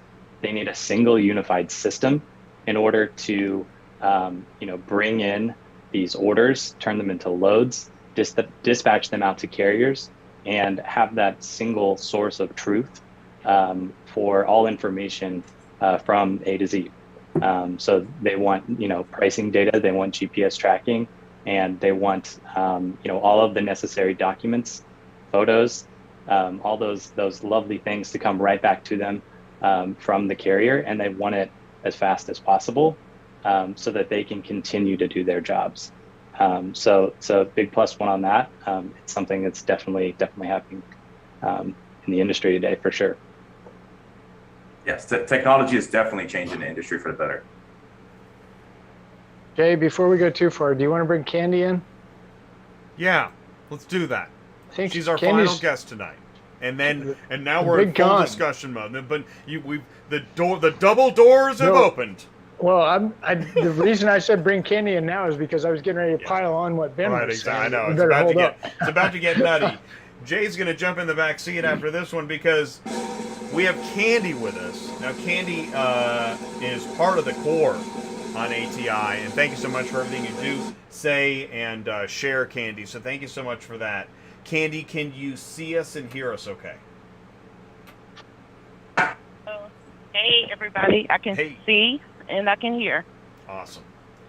Kandy. Before we jump back into discussion, Kandy, just please introduce yourself, say a couple things about you, and what was it, Logistically Whatever? What was that called? Logistically Speaking. Is that name up? I'm having problems, so I just jumped on the phone part of the Zoom. Well, it's... I better make sure it's one of my FaceTime names. Hold on. Well, you don't see it. It's not on the screen. There's Okay. actually nothing on the screen. We hear you, but not everybody can see the phone number that I'm about to say.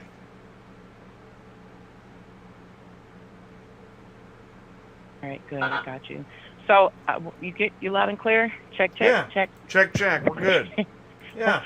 We're rolling. Hey, my name is Kandy Mar, Kandy Port Service in Jacksonville, Florida.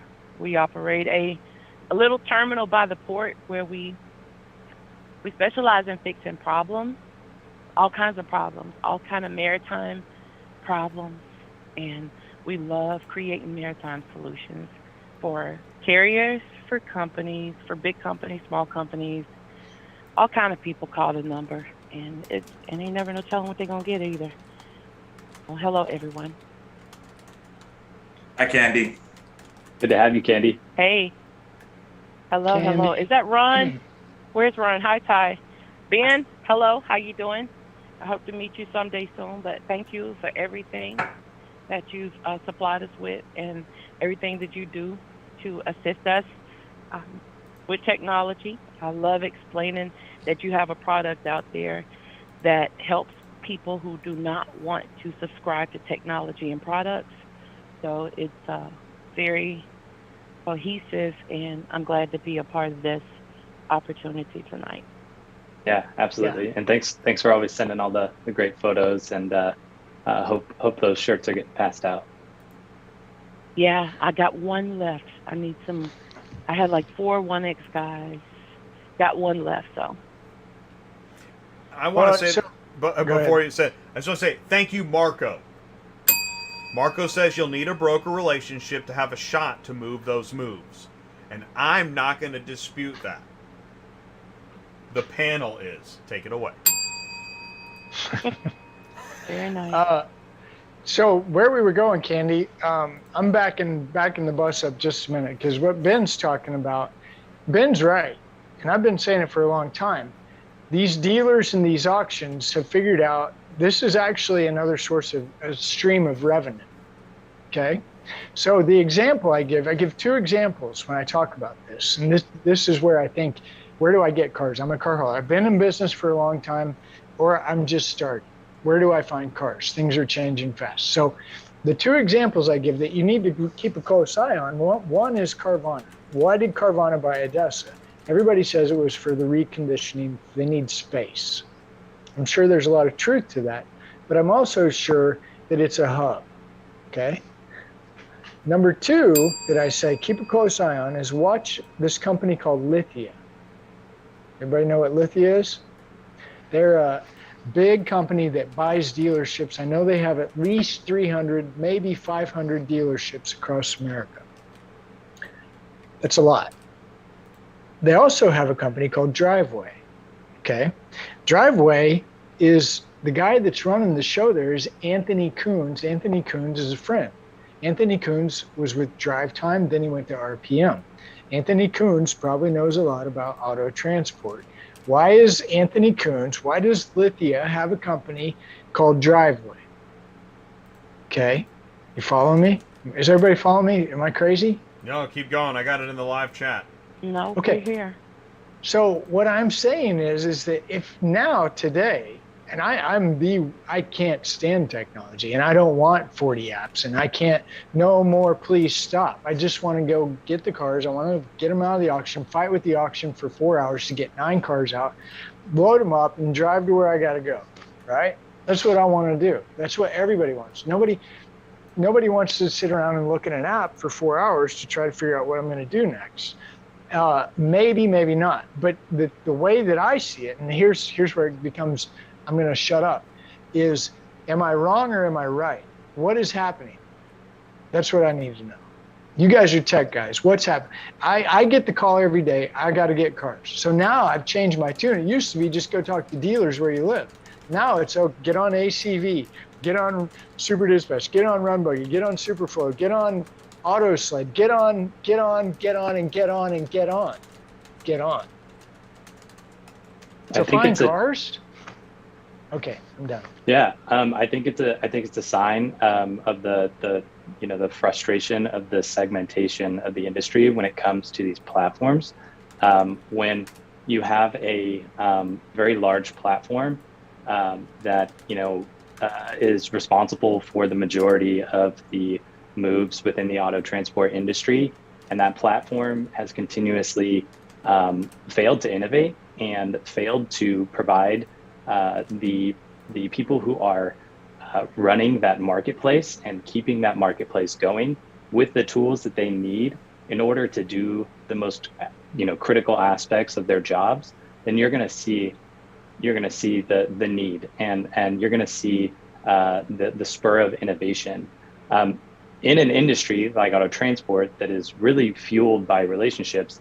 Carriers need a fair and honest, a trustworthy marketplace with true accountability so that they can conduct business to grow their businesses.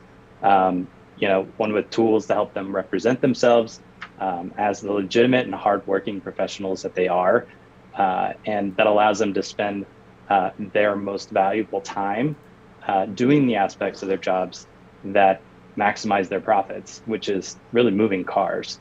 I think carriers need to be able to quickly find the loads that meet their business's needs, to be able to quickly and seamlessly negotiate and not have to call broker after broker on a list of maybes on whether or not they're going to get an answer on that phone call, or if they're just going to have to keep calling or just give up, and then have all the interconnected tools which will keep everyone who needs to be in the know, and including the tools necessary to move that load without ever having to leave the platform. So I think that's where you are seeing, this need for innovation within the industry, is that people are pretty fed up. I agree with Ben. I agree. Well said. Well, explain it. What are you fed up with? And he means that. So just continue, like. Tell me a real goes story. Back to, right, where'd you get that idea? Why do you hate Central Dispatch? Assuming you're up to hate, But Kandy, we were talking about this earlier, because this is honestly, I think this is helpful for Central Dispatch. Yeah. Is that? But if they listen. What? Don't get me started. And then they do listen. Actually, by the way, honestly, I know at least one guy, for real, that is listening and cares, and I appreciate you, one guy. Okay. Shout out to one guy. But the question is, going back to, man, it's amazing. Shout out to one guy that's shooting backhanded negative compliments since around 1999. Is that, well, it's ATI, is that if you have a problem with Central, what is the problem? And it goes back to, where'd you get that idea? What are you doing? What do you think this is? What Ben said, this isn't pick on Central. This is, okay, if you're going to start a business, or if you're in a business, so I got out before we had the ELD, but I'm just trying to figure out, I'm the guy that's coaching the new guy. I'm asking you guys, the tech company, tell me, what do you tell the new guy? Ooh. Who's the new guy? I got it. The one, the guy driver. The guy with his pickup truck on Facebook. That guy. Well, the paper tag. The paper tag. For a driver, how long does it take to book a load on Central Dispatch? You're literally going through a list of mostly bogus loads and mostly bogus rates. You have to contact the broker just to get the real rate, just to get the real location. And a lot of times you don't get that load, or a lot of times that load's not even contracted. So there's a lot of frustrations on both sides. Even for the broker side, there's a lot of frustration. Dealing with carriers. A lot of times if you post an inoperable vehicle, a lot of carriers call you without a winch. There's multiple frustrations on both sides of the fence, and that is where the technology is coming from. This technology is built out of pure frustration to make the lives of the business owners or the individuals easier. Okay, but if I'm a car hauler, a new guy, and I watched a YouTube video, and I really want to put my 1 ton in the back parking lot that I have, if I want to really make this work, not true. I'm asking you guys, all you guys on here, what does Ty tell that guy? Where do you find cars? What do you do? I can give a more concrete example, because one of the beta testers in our group right now, they told me on average they spend about 30 to 40 minutes searching and booking a load. So like the way they kind of slice it up is they're searching on a marketplace. Say that takes 10 to 15 minutes. Then there's the negotiation period, which is emails or phone calls or text, whatever, right? That's another 15 minutes. And then they wait 15 minutes. They don't hear back. Then they have to go to the next marketplace and start over. So the way I look at it is like it's not so much the marketplace, because you can't really control like who's posting loads where. But maybe what you can't control is like how long you spend searching, or how quickly you can figure out if it's a good deal for your business, which is, I think, why we're all here, to help the owner operator, right? So what we're noticing is also like there's a ripple effect too, right? So 45 minutes searching for a load, you don't get it. Then there's another 45 minutes searching for the next one. Maybe you get that one. Then, that happens 3 or 4 times a week. You probably lost half a day, if not an entire day, or 2, like who knows how long it takes. So it's kind of it's a very subtle thing, but it's like a invisible data point that most owner operators and carriers don't see, that could be causing them to bleed out very slowly. So I want to jump in here because I'm seeing a pattern here between some of what's said and what's in the live chat. For example, is it a central dispatch issue, or is it a bad broker practice issue? So the question here that I want to ask is, let's say you get the volume that Central has.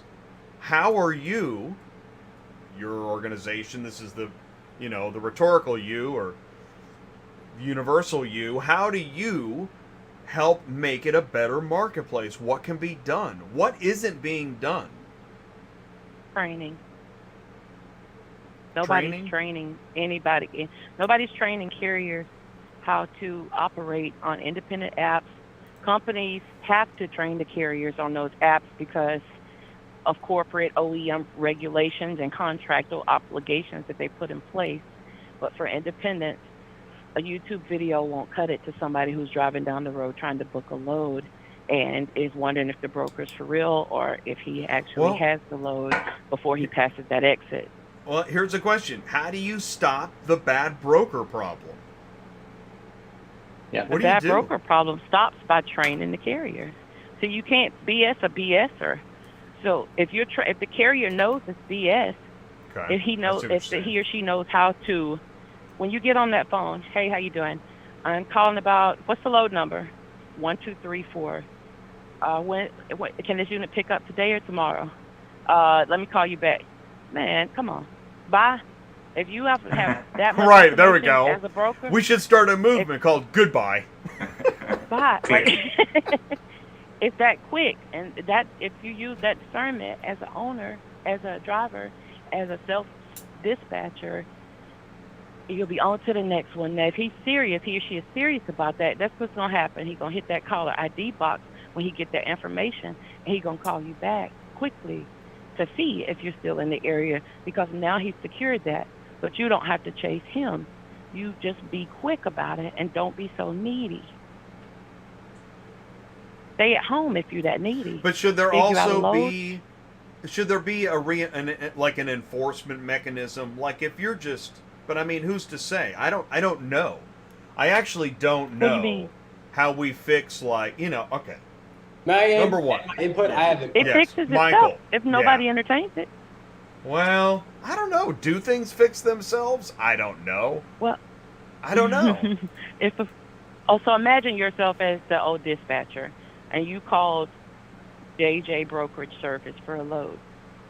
What did you learn in the beginning dispatch that you learned in the middle that you really pushed in the end about dispatching? So carriers have to get that same on-the-fly lesson, that long-term lesson that you got when you were in dispatching. They got to get it quicker and understand it. I ask like 2 questions to every new driver that come in my door, and I get the same answer. They get so old.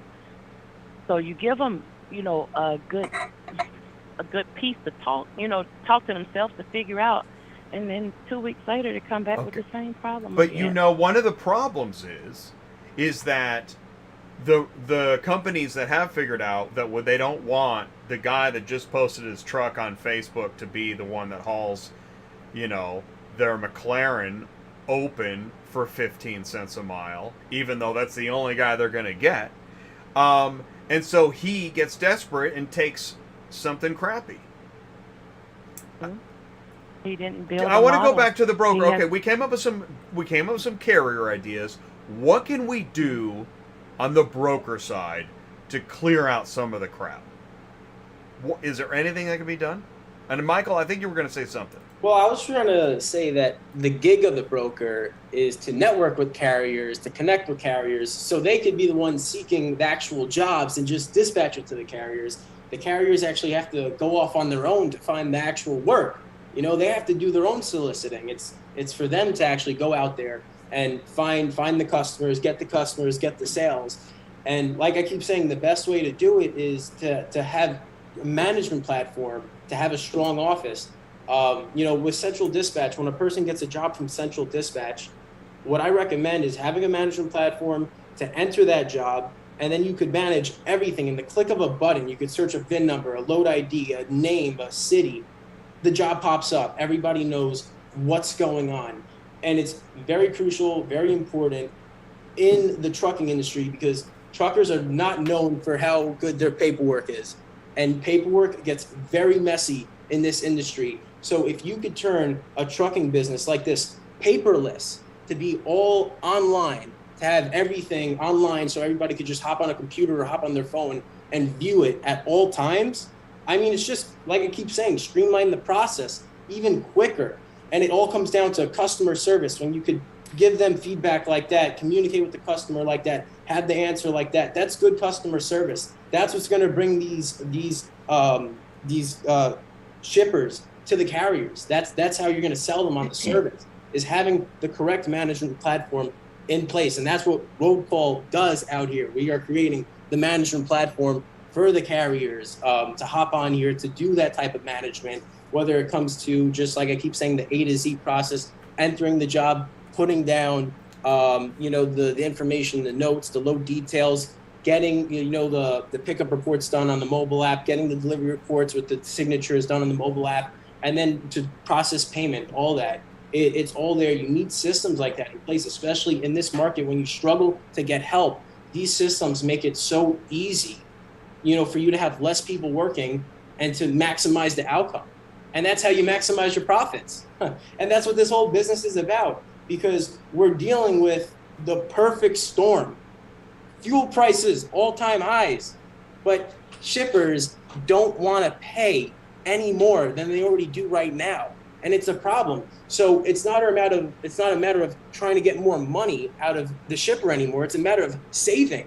So you got to do what's best. And I keep saying, have a management platform that is going to make this whole process easy. It's going to help you save money. When I talk to people and they don't have any management platform in place, all I think to myself is, you're losing thousands of dollars. I can't even think of loads I did a few days ago, because when you grow your company, you're moving at a lightning speed.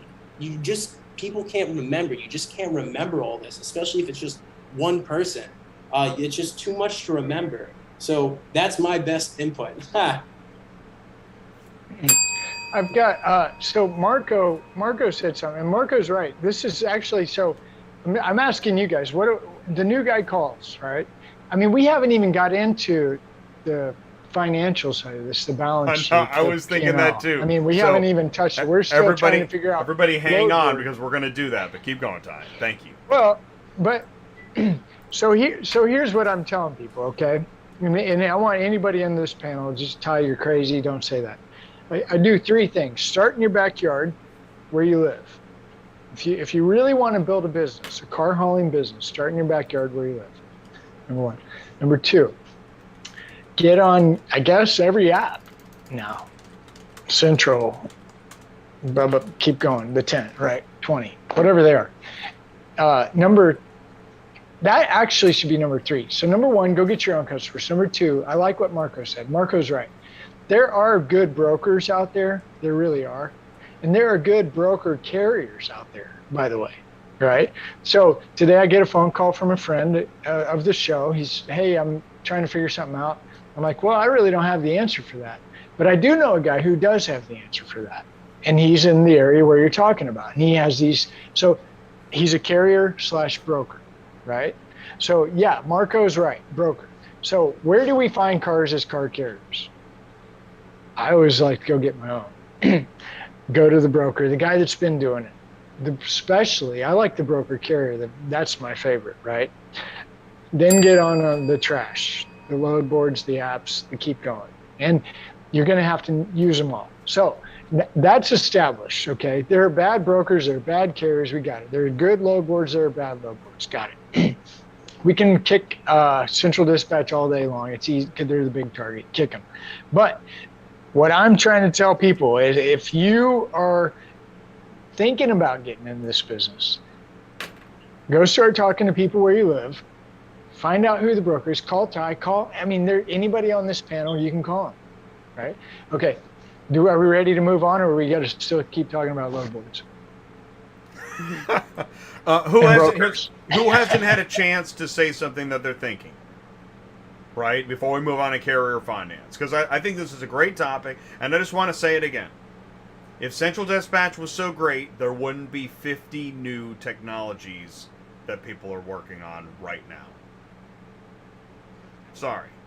I do want to add to that, because I think, like coming from the shipper side, one of the things I observed was this is like the longest game of telephone ever, so the shipper passes information to the broker, who may put it on Central Dispatch or may not. And then it goes to the dispatcher, which may relate to the owner operator. And it's really easy for things to fall through the cracks. So I'm not so quick to say it's the load board's fault necessarily. There's probably things I could do, but data quality, at least from a tech perspective, is a huge issue. And I think that's what what I would attribute a lot of the miscommunications in the process to. I think Central Dispatch for the last 22, 23 years, they filled the gap, they filled the void. They, in a lot of ways, have forged a way for this technology piece to grow in a lot of different ways. So I think they waited a little bit late to grow and make carrier interaction better, but yeah, Central Dispatch is like the X. You love them, but you hate them. MySpace, Facebook, IBM, Apple. This is a classic tale, and there's still may be time. I know there's some kind of great stuff coming out, but a lot. I think Central Dispatch just serves the industry as a load board. I don't think they want to get involved in refereeing who can do what and who can do who. I think they made it very clear that they're just a load board. So is the next 2.0 more involved? Well, yeah. Well, that's the new way for a new software company to make their mark, create a clean environment for shipment, and maybe that would be the next big thing. Who knows? But okay. Sorry to interrupt you, but here's the deal. Central Dispatch does not care. I'm sorry. No. I'll be the jerk to say it. They don't, because they're missing out on so much opportunity right now. Ben said it, Joe said it, Michael said it, David. Right? David. Sorry, David. Yeah, no, you're good. everybody's saying the same thing, right? Everybody's sick of it. So, well, and there's actually so many most, areas. Right? This gets into the TMS and the XML and the RMIS. There's so much stuff, right? Yeah. Which we're going to get in. We're going to move into PNL here in a second. But before we do, anything to add on, since we're having this kind of central dispatch pile on? Yeah, Michael. So the way I look at it is carriers that are just getting into the business, starting out, or even operating right now, I believe they shouldn't be focusing on using a platform like Central to get every single job. It should be filling in the blanks. You need a backhaul, hop on there, get a job, or any load board, hop on there, get a job as a backhaul. It should be filling in the slots, where instead of deadheading back, you see opportunity. I don't think it should be a carrier's company main gig to just work off jobs on Central. It's not the way I would recommend to further your business. In my view, through my experience, I would recommend getting your own customers, servicing them. You have the relationship. That's really what you're working for, towards in the industry transport. It's all about the relationship. The relationship is everything. So focus on the relationship. And then, when you're doing transport and you have the availability, yes, seek more loads, I guess, on the load boards, and network yourself is all I could recommend to anybody getting started. Yeah, I would just also quickly, +1 on that. Something that, we have just learned over the years, with the tens of thousands of carriers who have used Super Dispatch since its inception. We found that, for the one-person startup, one of the early needs is a single and unified system to help you start, with your initial pool of customers so that you can grow and manage your business in one single place. And hopefully that single source that you use to manage your business also includes interconnected tools to help you grow your business, truly like engaging with new customers and growing your customer base over time. So it's something that we have found to be true over and over and over again, and it's something that's really, really important. All right, it's almost 9 o'clock. We're going to get to the topic. Finance. The carrier's money. Are we making money? Where are we making money? Why are we making money? Are we losing money? Is there any way... Okay, without being facetious, today, what's the best way? And I guess we'll go around, and anyone's jump in anytime. In your opinion, what's the best way for a carrier to see in real time revenue versus expenses and profit of how they're doing and what they're booking? Yeah, for a carrier that may look like a few different things.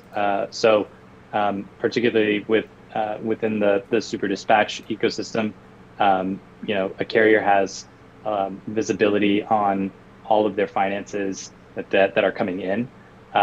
There's no real expense management within Super Dispatch that is super robust, but being able to track everything that is coming in and being able to leverage reporting tools about everything that is coming in so that you can bring all of that into, whether that's your QuickBooks account or whether you are managing all of that in spreadsheets. Being able to track all of everything that is coming in is super, super crucial. It's a good answer, and thank you for that, Ben. I mean, because this is a tough topic. This is not where auto transport is not in its shining moment right here. Well, hold on. I'm going to pile in here, Cannonball. So my question is there an app, app, because everybody's got an app. Is there an app that takes care of your QuickBooks, takes care of your load, takes care of your CRM, takes care of your TMS? Is there an app for that? Ben's going to say Super Dispatch has all that, right? as plugins. Yeah. Yeah, absolutely. So everything some of it's from native and some of it's a plugin, right? Yeah. Plugin. So everything. Yeah. Okay. Meaning QuickBooks is a plugin. Right. Fair? Because it's not native to the Super Dispatch platform. Right, but But it does QuickBooks has plug always in. been a pain in the rear end, right? Exactly. For anybody to For a try lot to of get people. into them. Yeah, Candy. No, you go ahead. For a lot of people, No. QuickBooks is it's a pain in the butt, and it's other options. And you have to think, if we're discussing this with owner operator or small fleet in mind, you know, it takes the small fleet status most of the time. If you're not acclimated with QuickBooks to even consider QuickBooks an option, there are a lot of other alternatives that even we use in a smaller scale that work well with Super Dispatch besides QuickBooks. Even Super Dispatch itself works for a lot of independent carriers and small companies if they actually use all the tools. Right, and it brings them much farther than they were before. Is that a fair statement? Yeah. Right? Yeah. And that, and yeah, that's you're right about that. That's right. I mean, and so measurable progress is definitely worthwhile. So wait, Yeah. you've been saying that Super Dispatch has some kind of API where you can transfer the data, the cars I moved, how many cars I moved, how much money I made for those cars I moved. Is that what you're saying, Ben? Yeah, so we have a direct integration with both QuickBooks Online and QuickBooks Desktop. But if this is something that is not something that either if you don't use QuickBooks or it's not something that is within your business's expense budget, because QuickBooks can get expensive depending on the level of subscription you choose. You have the ability to export all of your financial information out of Super Dispatch, and there are so many amazing free Google Sheets templates out there that can help you with balancing your books.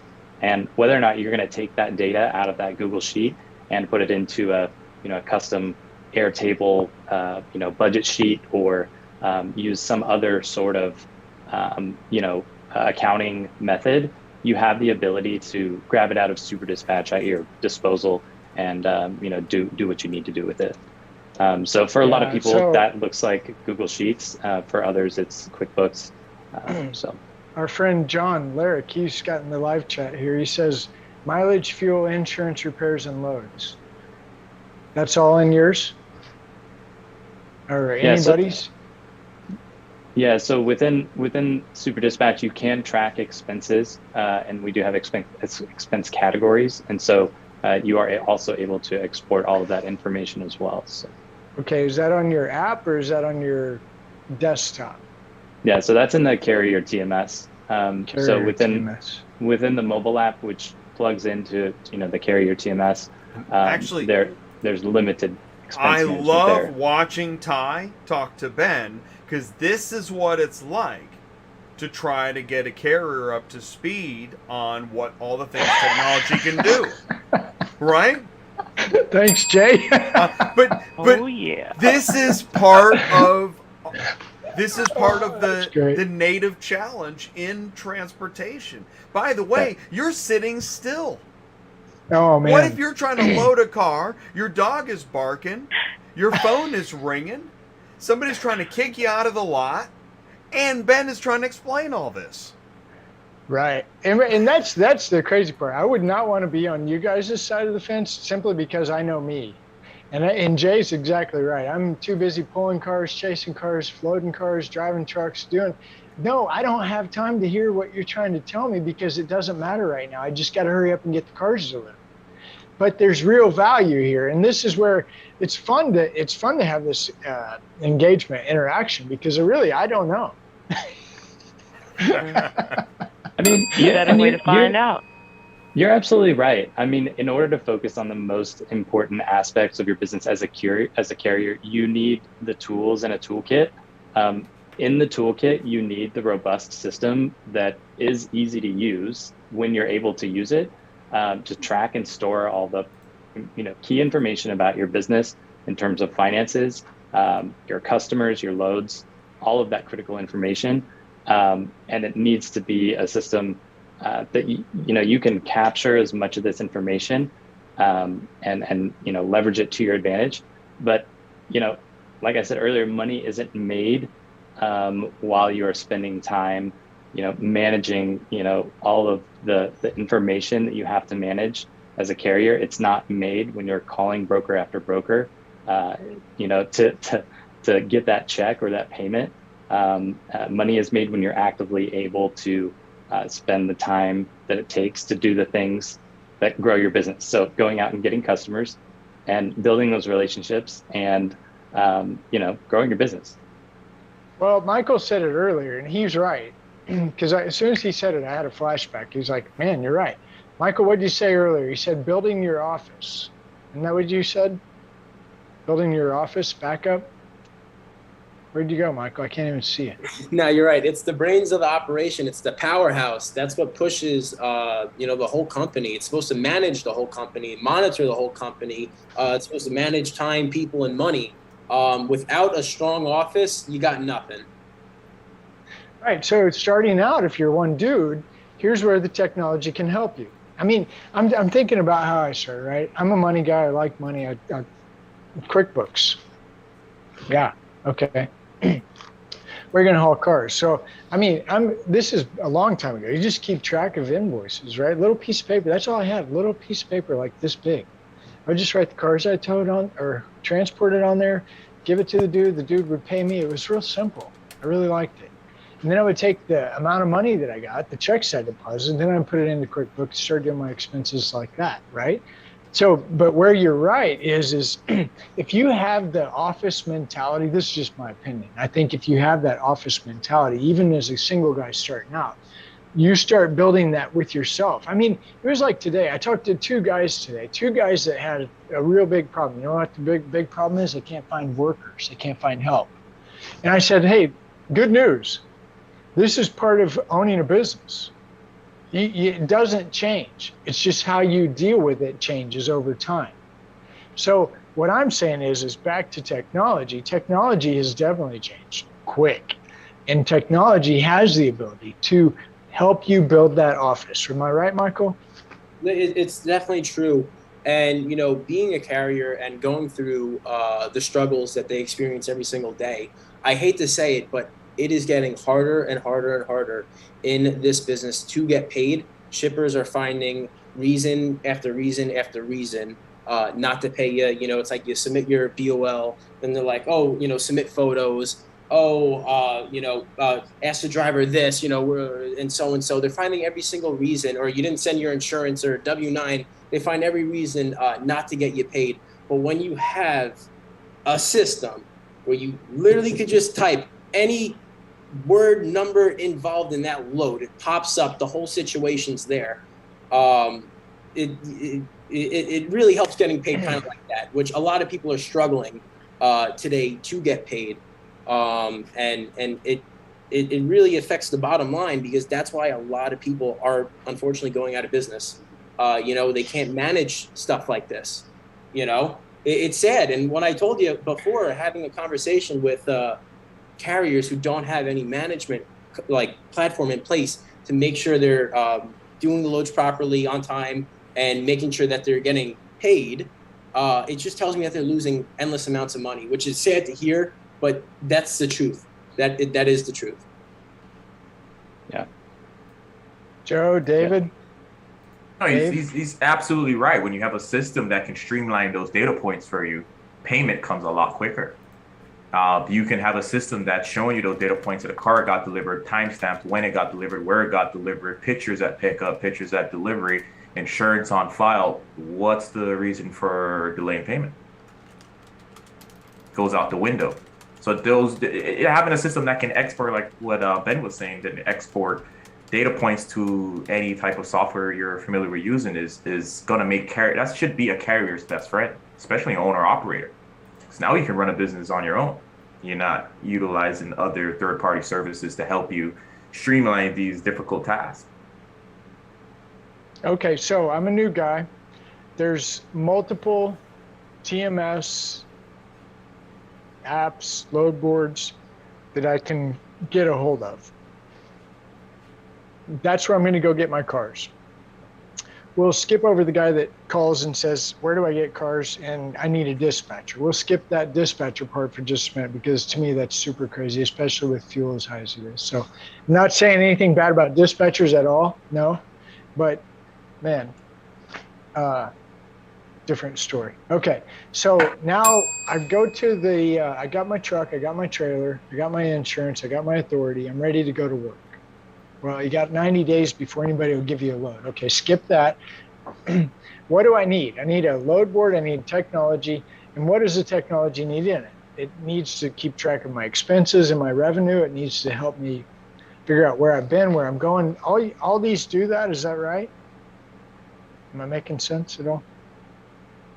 I think it just depends on what you need and when, right? So like, you know, after the 90-day period, you know, how many loads do you need before you can actually figure out where you have a potential lane? You know, that's probably a large amount. So maybe that's a feature that you don't need quite yet. You know, how much time, I know we're not talking about dispatchers, but how much time do you need to waste in the back of a truck searching before you bring on another, you know, dispatcher person? So it's kind of like, what are the specific jobs I want to hire technology to do, instead of like, there's the universe of technology and I'll just grab them all and like... It's almost like a smarter load board that doesn't just sit there, but actually somehow helps you. Wow, I think that was Kandy. Like you almost made me think of like video games and gamification. Like, video games know, you know, something. Your preference. Can the load board get some gamification to think like me, the carrier, or something? Can I give input? Yeah. Through my experience, you can't put the cart before the horse. You know, you can't get the truck, then figure it out all after. You have to crunch all the numbers way in advance, way before even signing off on that truck. Through my experience, you know, I'm a family business. We all gather together, family consultants. We make sure we know every single amount of payment, how much it's going to cost in fuel a week, you know, the average amount, how much the insurance is going to be every single month, how many miles we're going to be putting on it every single week, tolls, all that is a factor for it, and how much is it going to be making. You have to have those numbers way in advance before even buying pretty much a house, you know?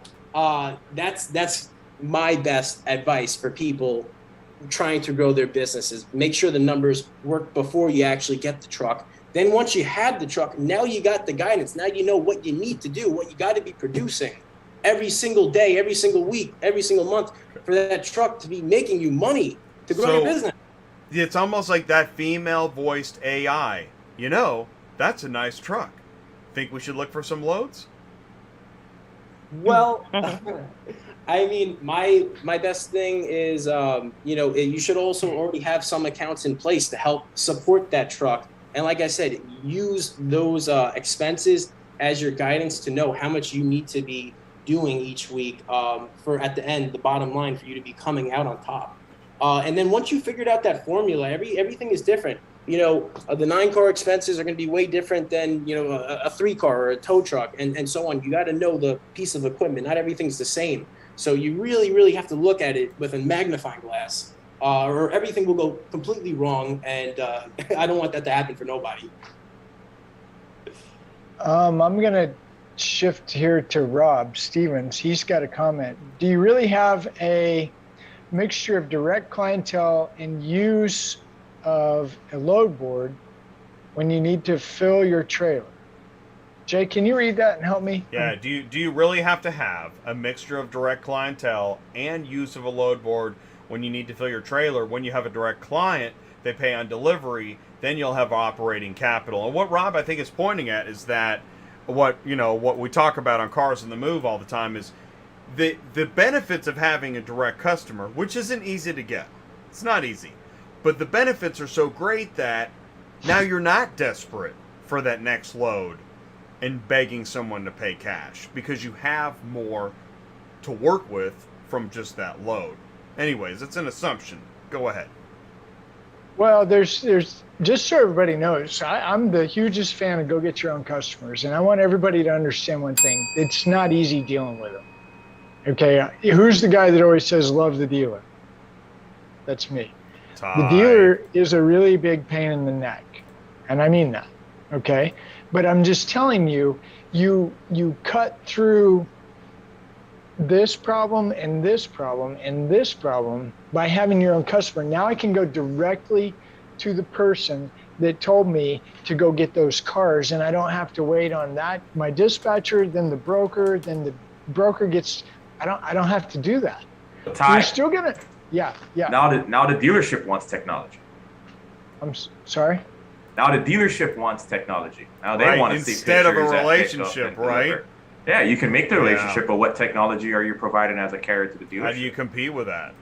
How do you send them the car was delivered, timestamps, and all the other good things that go with technology? It's the person behind the computer. Managing. What'd you say, Michael? It's the person behind the computer managing it. It's your experience over the other person they put in front of the computer managing it.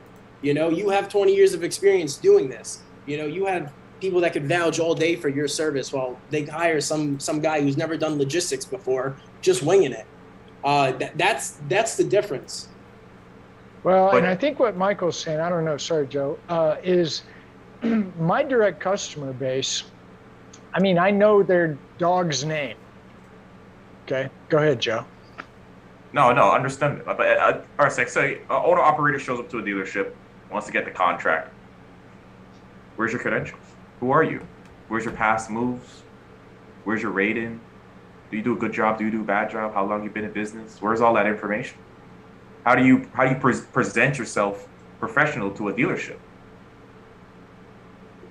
Who's that question directed to? No, Ty, anybody really. Anybody. No, and I like it because it's true. It's not. Say it one more time. Yeah. One more time. Joe, yeah. So how do you present yourself to a dealership without technology? I think technology helps owner-operators more than anything. Because if you have a technology where you can build your actual business on and keep a track of all your past deliveries, show I got good reviews from shippers, from auctions, from everybody. I've been doing this for a while. I want to get you as a dealership now. I mean, Rob live chatted what Joe just said. I use my iPad for everything in my business, from picture taking to invoicing to collections. Everything comes to my iPad, which is in my truck at all times. Therefore, using technology to manage a business, and it's, you're right, it's a walking, living resume. This is what I just did. This is what I'm doing now. He's got a very good point, because you could only walk into so many dealerships during the day. But you go into a platform where it's made to connect, it's made to network. And you can make 100+ phone calls, even if it's more than that, if it's multiple of you. There's much more opportunity. Obviously, you got to get the contact of the masses. It's a numbers game at that point. You're going to get more yeses, contacting over 100 people than just walking into 10 dealerships. That's what it comes down to. And that's what technology does. It's going to give you that lead, that advantage to network, connect, and everything in between. And that's what my platform will do. It seems like you guys are also building similar platforms that are geared towards that. But it's very good we're having these discussions, And we're glad you're part of it. I'm glad everybody's here. I just want to say I'm loving this. This show actually, Ty, can you believe we just put this together? I can, and I can also, I want everybody to know this is my first time. How many shows have I been on? A lot. This is my first time where I've looked at the live chat and been on the show at the same time and actually trying to read it and follow. It's really fun. Good job. Isn't that great? Good job, man. It's Jay, so where's the entertaining applause? trying to keep up, man. Yeah. Where's the No, applause, it is. Jay? Producer. Jay, we lost Jay. Damn. Okay, so I have a question when you get done, Ty. No, you're good. It's a simple Go for it. question. It's so as one person on the panel, I'm operating two phones, so I can't see everything clearly. Okay, so this is what I got so far. Michael is boots on ground. He is a carrier, but he is at technology now, or he's showing how he's using his technology and his approach as a carrier to add to the technology for auto transport. I know Super Dispatch well, so Benjamin is here from Super Dispatch, and Karshypr. I see Karshypr on a lot of carriers' paperwork. It's something that I like when I first look at it about them. The fact that it's on that first screen when you first, everything is laid out right there. It's like a full page, but you can see everything right there. As you don't have to flip pages or do a whole lot. How did you guys? And David, by the way, David at LoadWise is really he's really trying to crack that financial component.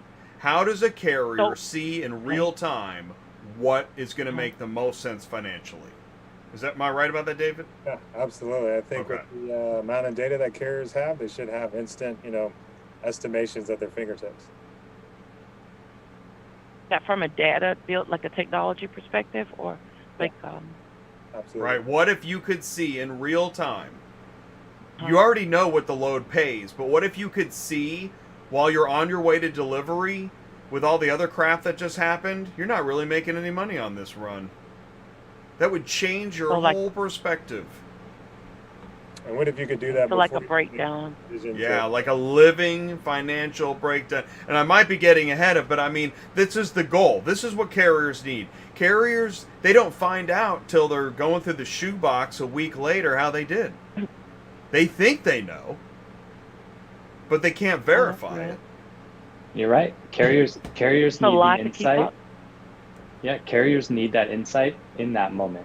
Dealers are not guessing. Carriers are. Yeah, carriers need that but insight. See, you can take right the guess. Sorry to dive in, but you can take the guess out if you know your lane. But okay, this is so funny. That's where I get. That's where I go sideways. with you. But Ruben the car hauler just posted a video today where he lost a wheel just randomly on a 3-axle trailer. Probably you saw that, right? Kaufman. Exactly. And this gets into the whole picture. It's not just the load you booked. It's the equipment. It's everything else. That's what I'm saying. And this is what that's it gets why, really That's why nuts. you do a lane. That's why you go from my backyard to here and back to your backyard. It's real simple. The wheels can fall off as long as you know where you're at. You can get a hold of the guy, the repair guy, the wheel guy, the weld guy, the hydraulic guy, the steel. I mean, I can keep going. I can talk about equipment. I can talk about problems because I know them. I know them well. The hydraulic line breaks and the thing drops down and oh crap. I mean, we can go on that forever, right? But I'm saying, why? Okay, is the reason for a load board to chase money? Why do we have a load board? And that ties into the YouTube, in just my opinion. Well. Okay? I want to jump in and say the reason we have a load board is because shippers don't know how to connect with carriers. No, it's because carriers don't know how to connect with shippers. That's the problem.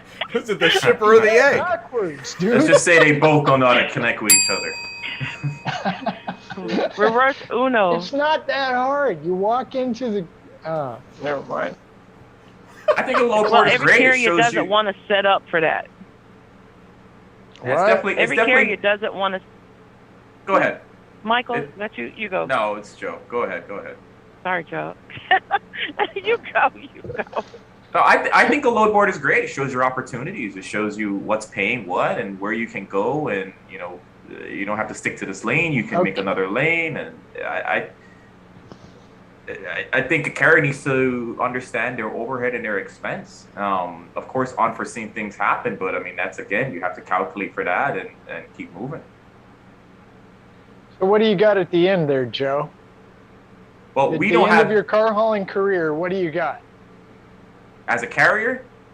What do you got at the end of your load board search? Well, it depends what you're building for. What are you building your carrier business for? Are you looking to be a single owner operator and you just want to do this for the freedom and you don't want no boss and you want to go where you want and enjoy the open road? Do you want to build a fleet, start off by yourself? Stop right there. We need to stop saying that. This is just me. I'm not being mean to you, but no, go ahead. There's no the whole line about I want to get on the road and just travel and be my own boss. Stop. I'm not you, stop. But whoever's saying that, that's fantasy land, and it turns into a train wreck where somebody loses a lot of money and maybe Americans. I don't know. It's I funny. I agree, but a large amount of owner operators, that's how they are. Owner operators are entrepreneurs. They don't like to be told what to do, when to do it. You know, they want to run and operate their own business, and unfortunately their office is mobile, it's their truck. They can take it wherever they want and go wherever and see what they want to see and make some money while doing it. Not saying it's correct, but that's how they get into the business. And then they learn, and they watch Cars on the Move, and then they reach out to TIE, they get educated and start to pivot with their business. Some don't make it, some do. But that's a large amount of owner operators. That's how they start. That's how I get the phone calls. I'm interested in car shipping. I want to see, I want to travel. I want to see the world, and make some money while I'm doing it. And that's the same call I get too, Joe. Yeah, so they don't have the game plan set up yet, but it is I think it is the right motive to get into the industry. I mean, you want the guys that have the passion for the cars. It's going to take care of the cars. It's going to load them correctly. They just need to pivot on strategy and understand how to make money in the business. And aside from this show, there's really nothing out there that's teaching them how to do this. There's so much different YouTube channels that's teaching them incorrect ways. Unfortunately, human tendency is to go off of the easiest method, and sometimes that's not the best. That could be the problem with a lot of owner operators, but maybe there just needs to be more education on the carrier side. Okay, so affordable transport. Ty, not all carriers want to short haul dealers' work. I get it. And the reason I didn't get this, by the way, affordable transport solutions, until I found Ruben on YouTube. So Ruben is not a short mile, long dollar guy. Ruben's a 500, 600 mile guy, and Ruben is still built a lane off of a load board. And I'm really following Ruben. He's on week 27 now. I can't believe that's good, actually. But honestly, that is cool that you know that. Yeah. He's on a journey, time man. To follow. He intrigues you, but ask Ruben this. I wonder, did he start to develop? Did he love that 500-600 mile because of lack of competition? Is it a lazy state of mind to not tweak in? Did he want to be home? Did he want to be close? Did he want to be short? So I agree in a sense. The short haul state of mind is just that. And it's going to go back to something Ty and I talk about, and it's in the towing industry. If you could look at your auto transport, or consider looking at your auto transport business from a tow truck company perspective, then you would have I believe most carriers will have a better grip on their business model, because tow truck recovery, asset recoveries, they don't take crap, and they set up a business model that has no room to encompass crap. It's so ABC, it's so tight that it's hard for you to get crap involved. So that mind state, I think, is a good training tool for anybody who wants to be a carrier, small fleet or big fleet, because you got to get your balls up and you got to learn how to do business. And maybe taking 1,000-mile trips to Alaska or wherever there's work, but there's not a competitive edge, is the way that you get in the business. But that's not going to keep you happy most of the time, because even the gypsy driver who goes everywhere wants to roam home sometime. But if you don't know how to get work at home, you're just going to be at home sitting. Yeah. Well, Affordable's got me lit up here because he actually prefers 2,000 miles. And here's what I'm trying to tell you guys. I don't know what you do if you pick up 9 cars at an auction and drive them 2,000 miles. If you do, good. That's the best. Put it in the live chat. I'm reading the live chat. But here's what I'm saying. You watch what Carvana is doing. If you're doing POVs 2,000 miles and you prefer 2,000 miles and that's how you operate, great. But what's getting ready to happen, this is my opinion and my opinion only. Nobody's told me this. They're going to start using these hubs, these auctions that we talk about, the Odessas. Pile your POVs over in this section. We're going to have our truck come through, pick it up, take it to the next one. Do you know what they do, Carvana? Seriously? The dude gets in the truck and drives it 5 hours and then meets a guy at the other end, and they get in the other dude's truck and they go back to where they just came from. Swap it. It's the LTL model. That's where they got that from, LTL. Yeah. That's how we've been doing it for Old Dominion, Consolidated, CF, and still FedEx. When you see doubles and triples, that's the business model. So they're not reinventing the wheel. So that's why those XBOs and it's a lot of other companies besides them doing cars. FedEx has been doing cars. Yeah, it's popular in the people freight really don't industry. know about. You have to be able to get in there. Sometimes they only hire esteemed brokers to move that because they don't have time for this kind of politics with one-hit, two-truck wonders. So you don't hear about all those moves. But the ABCD dispatch model, those business models lesser than 800 miles or lesser than before your ELD runs out, that it's been around since before ELD and all that crap came in. Short mile, long dollar. Well, either way, I've learned a lot tonight. So, and yeah, go ahead. It's Jay. funny you say that because I was just going to say we're right around the time where we're going to do some final thoughts.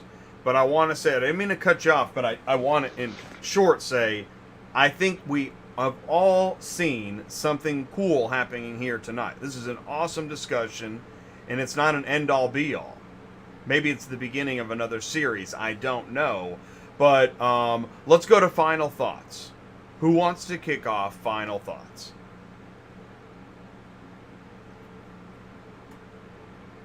I'll go first, sure. I'm thankful for ATI. I'm thankful for the people that are on ATI. The community that we're building is amazing. I'm thankful that we can have honest, open discussions and we can say stuff that's a little edgy because it's real. And I'm thankful that this is a community that Jay started, that I'm a part of, and that we can look. I can do live chat now while I'm at this show. So I'm really happy for what we're doing. And I really believe this with all. By the way, I won't tell you, don't talk about this much, but I'm talking to a really large company that their name's been mentioned once or twice here. And hopefully at some point they're going to come on the show and they're going to talk about what I talk about all the time. Because I'm just telling you, here's what I'm telling you. And I mean this. I say, hey, now's the best time to get in the business if you do it right. Now's the worst time to get in the business if you do it wrong. What I'm telling you is the big money. What's big money, Jay? Big money, financial institutions, the lenders, the banks, the auto remarketing businesses. Oh my gosh, they have the money. Okay, they have the money and they are not paying attention to what is about to happen. Okay, so we've got a friend, his name's Constantine. He has some kind of a database called All Car Haulers. Is that right, Jay? Yeah. Okay, I talked to Constantine twice, just recently. Once last week, once this week. Constantine, I need to know something. You have all the car haulers? Yeah. Okay. How many did you have in 2019? Around 15,000-ish. Okay. How many do you have today? Under 9,000. Wow.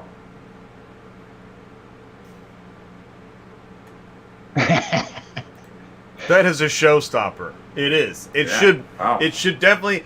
And it's funny what you just said. Nobody knows that. Nobody is paying attention. But a dealer, if a dealer saw that, dealers get excited when a percentage point changes. That should wake up an auto remarketer in the middle of the night. But okay, so we're going to get Constantine on. We're going to keep going. Here's what I told Constantine. If you need me to help you figure this out, I will. I'll work for free for you because that's why I'm saying it's the best time and the worst time at the same time. And final thought. Have a good evening.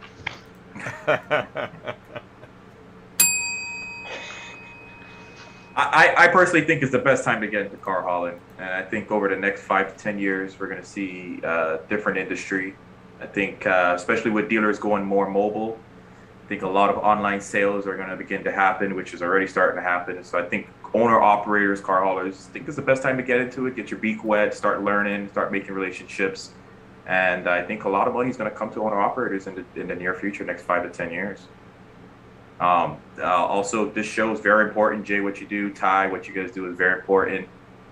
Ben, great to finally meet you. I am a big fan of Super Dispatch. Love what you guys are doing over there.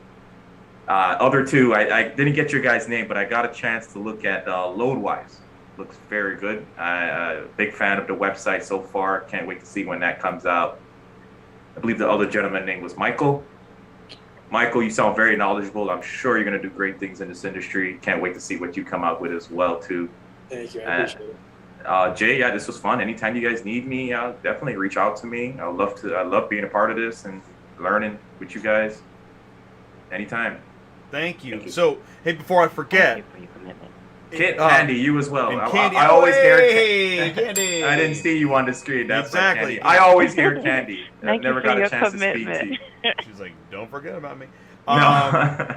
Joe, and as we go through everybody, Joe, what's a way that somebody can contact you about Karshypr? You can reach out to me directly at joe@Karshypr.com. If you could put that in live chat, I'll write that as well. KARSHYPR.com.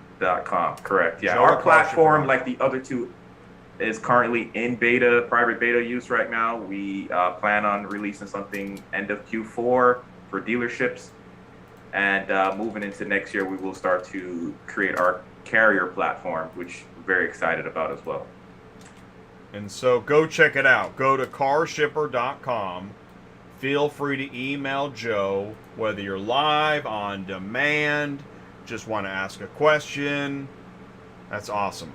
Yeah, definitely reach out to me. I'll reply to you as soon as I get the email. And if you have any questions, we'll go over it. Joe, when was that show that we did? Finding book loads with Karshypr. That was about 2 years ago. 2018? That was when we first started. Right? Yes, that was about 2018, Around the 2019. time when I think I'd been doing the live shows for maybe a year or something. But anyways, yeah. So yeah, we learned a lot since then. Wow, much has changed. So much has changed. It's crazy. Yeah, we jumped in to create that platform, and we learned a lot of necessary things. It changed a lot. COVID happened. It pivoted us a little bit. We started catering to more. A couple of dealerships reached out to us, long story short, and wanted a solution for their home deliveries. Very smart, because it paid off for them. These are my favorite dealership is the new dealership, is what I call it. They get a warehouse. It's not a storefront. It's just a warehouse full of cars, and their entire storefront is online, 100% online. If they sell 2 cars a month at that location, that's good. Everything is shipped, and they're doing great. They started in COVID, and they're year over year shipping more cars, getting more customers.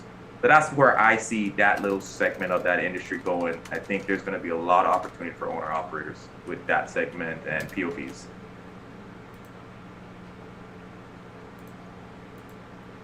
Thank you, Joe. Who's next? Final thoughts. I'll go ahead. First of all, Jay, Ty, thank you guys for having me on the show. It was so great to hang out with you guys. David, Michael, Joe, so great to learn about what you guys are doing, the problems that you guys are working to solve in the industry. And of course, Kandy, for all your village dues, and the ATI gang, all your support. It's great to, get in the same room with you all. Like I said, when I kind of moved into the auto transport world at Super, I learned 2 ways, and it was first from just, talking to our customers, and second, it was actually watching ATI. And there are a select few ATI videos that are actually required viewing for anybody who's new at Super Dispatch. Because only a select few. Well, these are the essentials.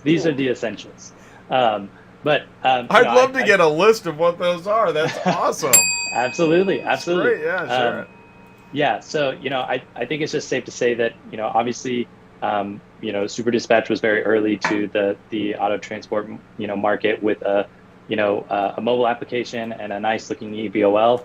But with the help and the partnership of all the carriers who have worked with us to make Super Dispatch, what it is today, we've been able to go from solving some of the problems the industry faced yesterday to working to solve the problems that the industry faces today and tomorrow with an end-to-end platform that it's everything that carriers, brokers, and shippers alike need to move cars, and pretty soon that'll even extend as far out as even including getting paid right in the platform for carriers. So we're really excited to continue learning about the problems in the industry and working with carriers and the rest of the industry to try and solve those, so that we can kind of execute on this shared vision of the best version of the industry possible.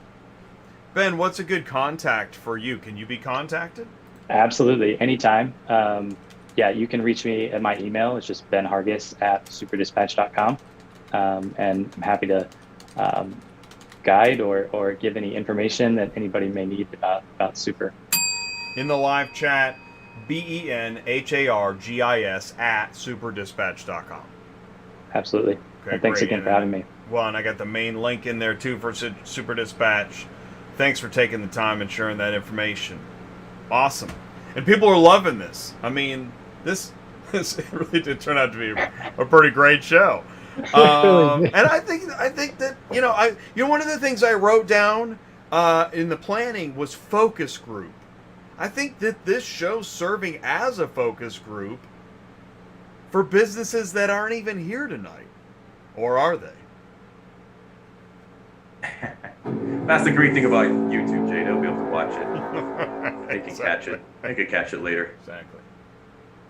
StatisticalLurkers.com. With the monocle and the little, all right, so who's next? My final thought is for you, Jay. Oh. I just want to say thank you for supplying these serrated edges with a nice, crisp, streamlined way of educating and empowering. Everybody here has you've got to have a love and a passion for this, but has somehow made a commitment to someone and something outside of themselves. And just you being here, putting this in a way where you can be involved, you can be active, but you can be a voice for not the driver going down the road that ain't got time for this. He just got time to listen. And he has the same problems.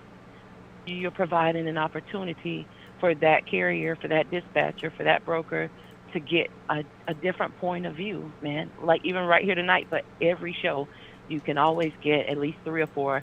Ty might have 3 by himself, but points of view. And I think that's the strength that we need to build as carriers.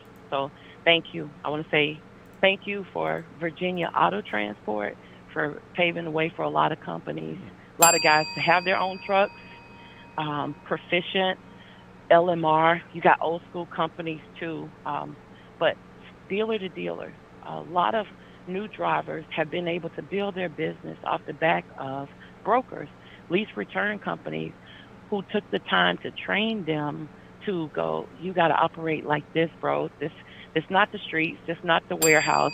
You're not on the boat. This is how you navigate through dealer territory.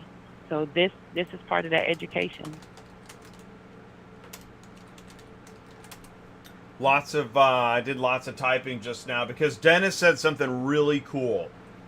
Jay, you need a list of all the people that you can have on your show so that we can download. We need like a voting system. Well, you know what I mean. Okay, maybe not that, but that's actually a great idea. It's kind of a neat idea, and it's got that kind of community quality because that's what. Thank you. I mean, something good. I'm glad I didn't start off coughing this show again. Something Ty said is something that you said, and I think that I've seen little pieces here and there. Is that we do have this kind of. It's not 100% corporate friendly show, and since much of this industry is not even close to that, I mean, we're almost like a dry cleaned version of what happens at the truck stop. So I'm glad that we're trying to ride that third rail. I think it's important. I actually occasionally cuss, because we all, my point is that yeah, what came up with Central Dispatch tonight? For somebody, that was like really deeply offensive. And for others, it didn't get near what it needed to be. And so, thank you all for helping make this that kind of juke joint. It's a saloon. So okay, Corral, is that what it is? Yeah, get a beer and hang out. True, yeah. Just get it off your chest, put it out there. You might have a technology company or somebody that can actually answer that question for you, put it in place. You can literally put anything in the live chat. Almost nothing will I stop. Unless it's just totally, nuts. But it's a smart live chat, like... It is a smart, I know. I don't have to worry about it. Some heavy hitters in here. Look at this. Tell drivers, when I tell them to watch the show, I just say, just watch. You have no idea Kevin is intelligence. Martin, thank you for that, because I'm still shocked 5 years later that there's still some dude mad that I had like Surge the car hauler on 4 years ago. Really? Where's Surge? Where's Surge at now? And by the way, there's nothing wrong with Surge. He's part of the community. That was the whole point. Exactly. Aha. Anybody here is part of the community. Surge is working for Central Dispatch now. Yeah, he posts occasionally. Actually, he made this funny video. He kind of regurgitated. I made a video. Anyways, he's out there. Surge is part of the community. Jay, did you just hear what Joe said? What did he say? Is he really working for Central Dispatch? No. Yeah, exactly. But I do see some videos. I'm not gonna fall for that. In fact, somebody at Central Dispatch is like, what? No. All right. Okay. All right. David Michael. Yeah. David Michael. Final thought. Yeah, I just want to start out by thanking Jay and Ty. I appreciate you both bringing me here. I appreciate everybody else being here and connecting with you guys and getting your input from your experiences and your insight. But what it comes down to, the bottom line is, I'll tell you, me being a carrier, my experience, this isn't a guessing game. It's a business. Going into this, you need to know your numbers before getting any equipment. You need to know your bottom line. You need to know how much you got to be doing every single week. I'm just telling you my story and how I got to where I am. And through doing this business, the aggravation that a carrier receives, even I see aggravation shippers receive, that's what motivated me to get into technology, because it's missing. I want to say it's pretty much missing in this industry. And I feel like carriers, even shippers, aren't maximizing what they could really do if they had these systems, technologies in place. And that's what I'm trying to do, bring together. And that's my mission, having the management platform for the carriers, the inventory management and the mobile electronic condition reports, the marketplace for the shippers to hop on to connect with the carriers, all that. And it's really going to help streamline. I keep saying this, the process from A to Z. It's no longer A to B. It was A to B when on the top of the surface, it looks like A to B. There's so much more to it that a lot of carriers don't talk about. But systems like management platforms will get you to where you want to be a lot faster, and monitor what your operation is doing, just so you can keep driving your business to success, pretty much. Once again, it's a business. It's not a guessing game, and you got to take this very serious. And that's what my company, Roadcall.co, is going to do. And yeah, any questions, contact me, contact Jay. Jay, you could put my email in please. The message center below. I appreciate everybody joining. And once again, I'm grateful for you bringing me here. Do me a favor. Tell me again, because it's not in front of me. Your email address is Michael. Michael GRDC @gmail.com. with Roadcall.co.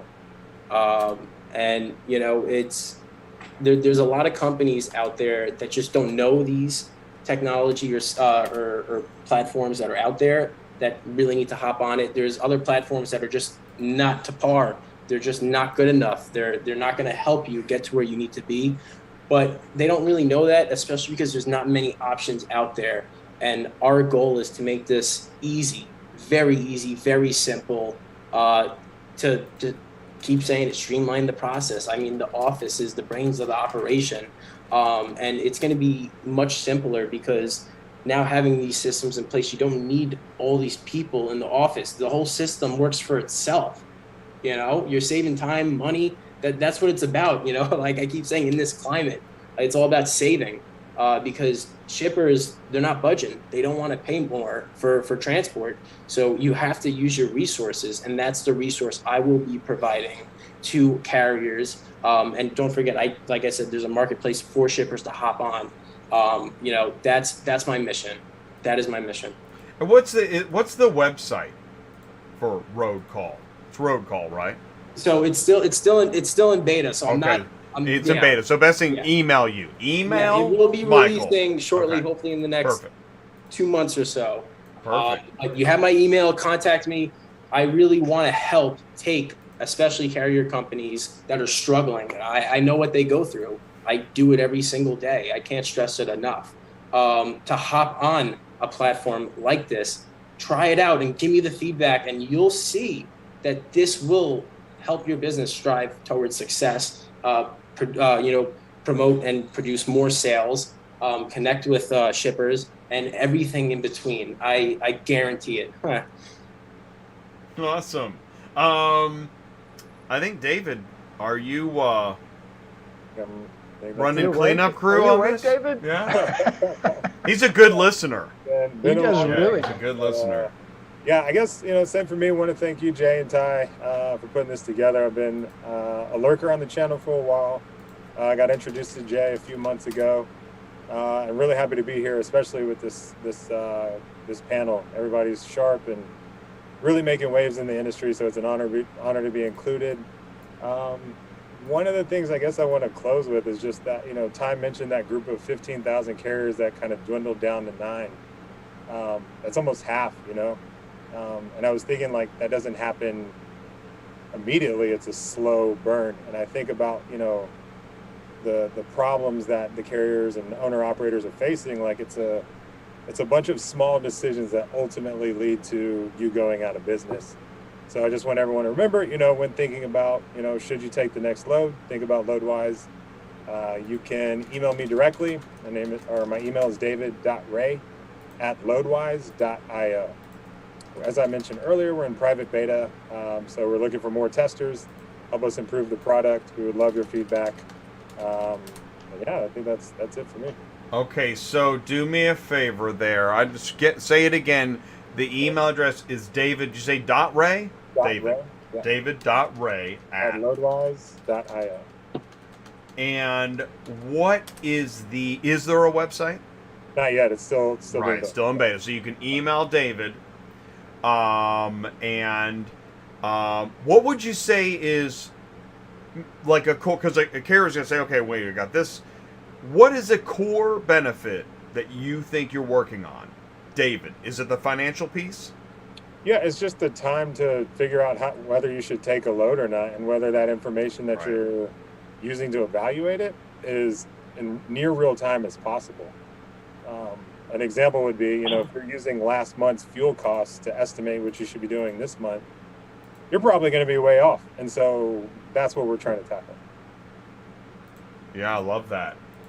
Nice. That sounds good. I get it now. Exactly. It gets your attention. So, all right. So, David, the financial component. Michael, what would you say is the number one feature that? Because I know you've got several things, but what's your favorite thing, most impactful thing? Yeah. Most impact thing. I know. A lot of people in this business are sometimes afraid to hop on platforms like this or even use it, whether it's a carrier or a driver itself, because it's not user friendly. It's a turnoff when it's not user friendly, when it doesn't act how it's supposed to act. I know this, there's psychology behind it. I've studied this, and that's what I've been implementing. And that's what I'm going to provide in my platform. It's going to be the easiest thing, without a doubt. It's going to be great. You got to make sure that anybody could connect with it. You look at it, you know what you're looking at right away. You don't have that, you got nothing. It's that simple. Hey, here's a question. Does everybody have a brief demo? Let's say somebody emailed you, David, you, Michael, you, Ben, and you, Joe.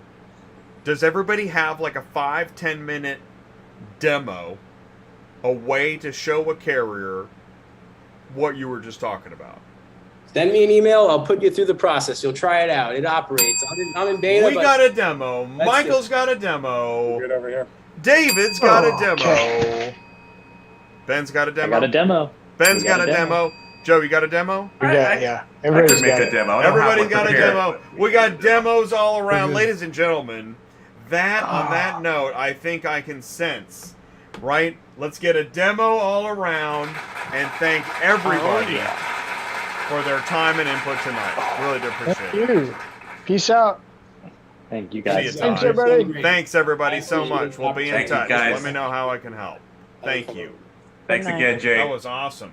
That was an incredible show. Thank you, guys. Thanks, Jay. Thanks, Take Joe. care. Good night. Thanks, Ben. Good night. Thanks, Kandy. Thanks, guys. Awesome. Awesome. Okay. Had to let him go. We're approaching 3 hours. Everybody's dropping off in the live chat. Got to land a plane somehow. Right. Tomorrow. They'll be back tomorrow. Watching, listening. Right. Yeah, because Lurking. now you have to, eating it up, Yeah, exactly. chewing it up, and spitting it out. Man, that was wild. Kandy, how do we, what would be a good idea of, because I tell you, here's the thing is, I've got a lot of, like, I've got show slots open, here and there. And this show had so much to it. What would be a good follow-up to this show? What should we do? Let's say we came back. I was going to say it. Yeah. The demo show. The demo show. Oh my God. But you got to have a carrier, You're right. Mama You got to have the advocates for carrier the old school carrier. Right, exactly. Doing what You now? got to put pops That's on here. live? You Wow. got to put pops on the show Pops. to ask the real questions. Wow. All right, Kandy, Yeah. can you find me pops? Oh yeah, pops comes through. Because I'll every tell you day, what, all of here, them. this is actually Every really one good, of Kandy. I'm glad you stayed on because, I had somebody today say, somebody said to me today, we have a hard time connecting with carriers. And I think what they were talking about was, old school owner ops. Old school carriers. You got the language barriers. You got the attitude. What it is.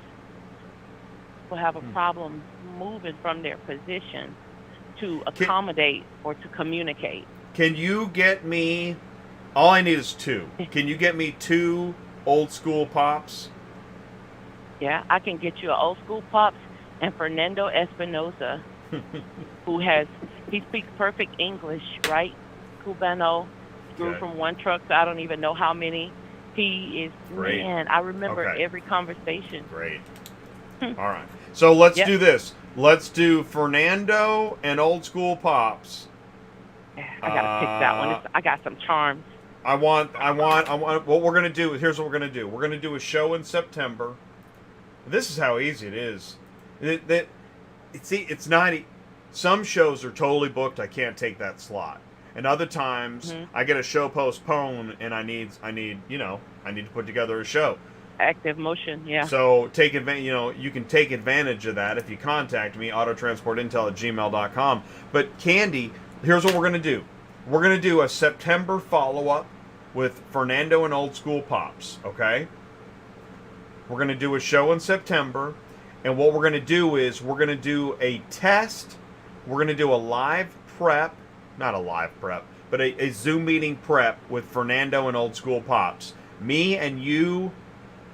and maybe, well, I don't know. Well, anyways, we're going to figure that out, okay? So let them know, recruit them, and I want to set up a Zoom meeting in the first half of August with maybe separately something. I don't know. Help me figure out how to do that, okay? But you're going to help me put this together. Gotcha. And so it'll be me and you and Ty, Fernando, Old School Pops, and then 2 or 3 of these guys. Something like that. Nice. Please make sure Ben is there. Oh, I got somebody for him. Well, I honestly, he has the best questions. You know, this was a great panel tonight. Honestly, man, I loved it. So, all right, so we're putting together a show, and this is the September Carrier Software show. Carrier Software follow-up. Okay? Got it. So, because, yeah, we're going to put a voice to some of what we saw in the live chat. Cool. That's awesome. I love it. And on that note, Kandy, thank you. I'm going to let you go, and I'm going to wrap up the show. Good night. Thank you so much.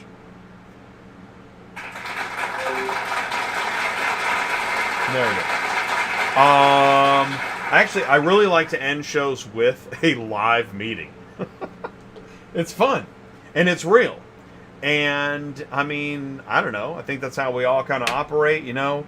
You got your guests, you've had a party, you've had a good time, you're in the hallway, you got the door open, and you got your shoes and your drinks and your gifts, and you, all right, drive safe, have a great night, and then close the door, and then you're like, wow, now what do I do? Have another drink, let's party. Thank you so much. Location Services, Superflow Systems, Murphy Auto Transport, Rapid Recon, and Preowned Auto Logistics. And I certainly want to thank Making Martinis in the Super Chat tonight. We had Ron at NYC Traffic, and Chris Chamberlain, and Kevin Parada over at JP Auto Transport. Thank you all so much for those contributions. I want to thank all my guests tonight. Of course, Ty Thompson, Kandy at Jaxport Storage. We had Michael at Roadcall. We had David at LoadWise, Ben at Super Dispatch, Joe at Karshypr, everybody that jumped in the live chat, sharing information, live and on demand, in the comments, in the views, etc. And you know, right, John's here, after party. Believe me, I know. Here's what doesn't make any sense. I mean, I'm checking it right now. This video has like 100 views, and it'll stall out at probably 200 or 300 views. Whatever. Because then you look at, like, you know, all right, whatever. Here's what I don't understand. I talk to so many people, or people contact me that have watched the show, it doesn't make any sense.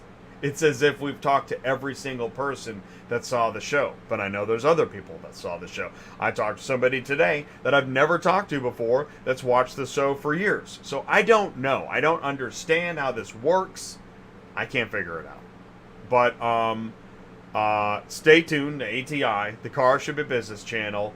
Apparently we're having an impact and we're doing something that helps. And I thank you all so much for being a part of it. Because if it was just me sitting here talking to a camera, it would be pretty weird.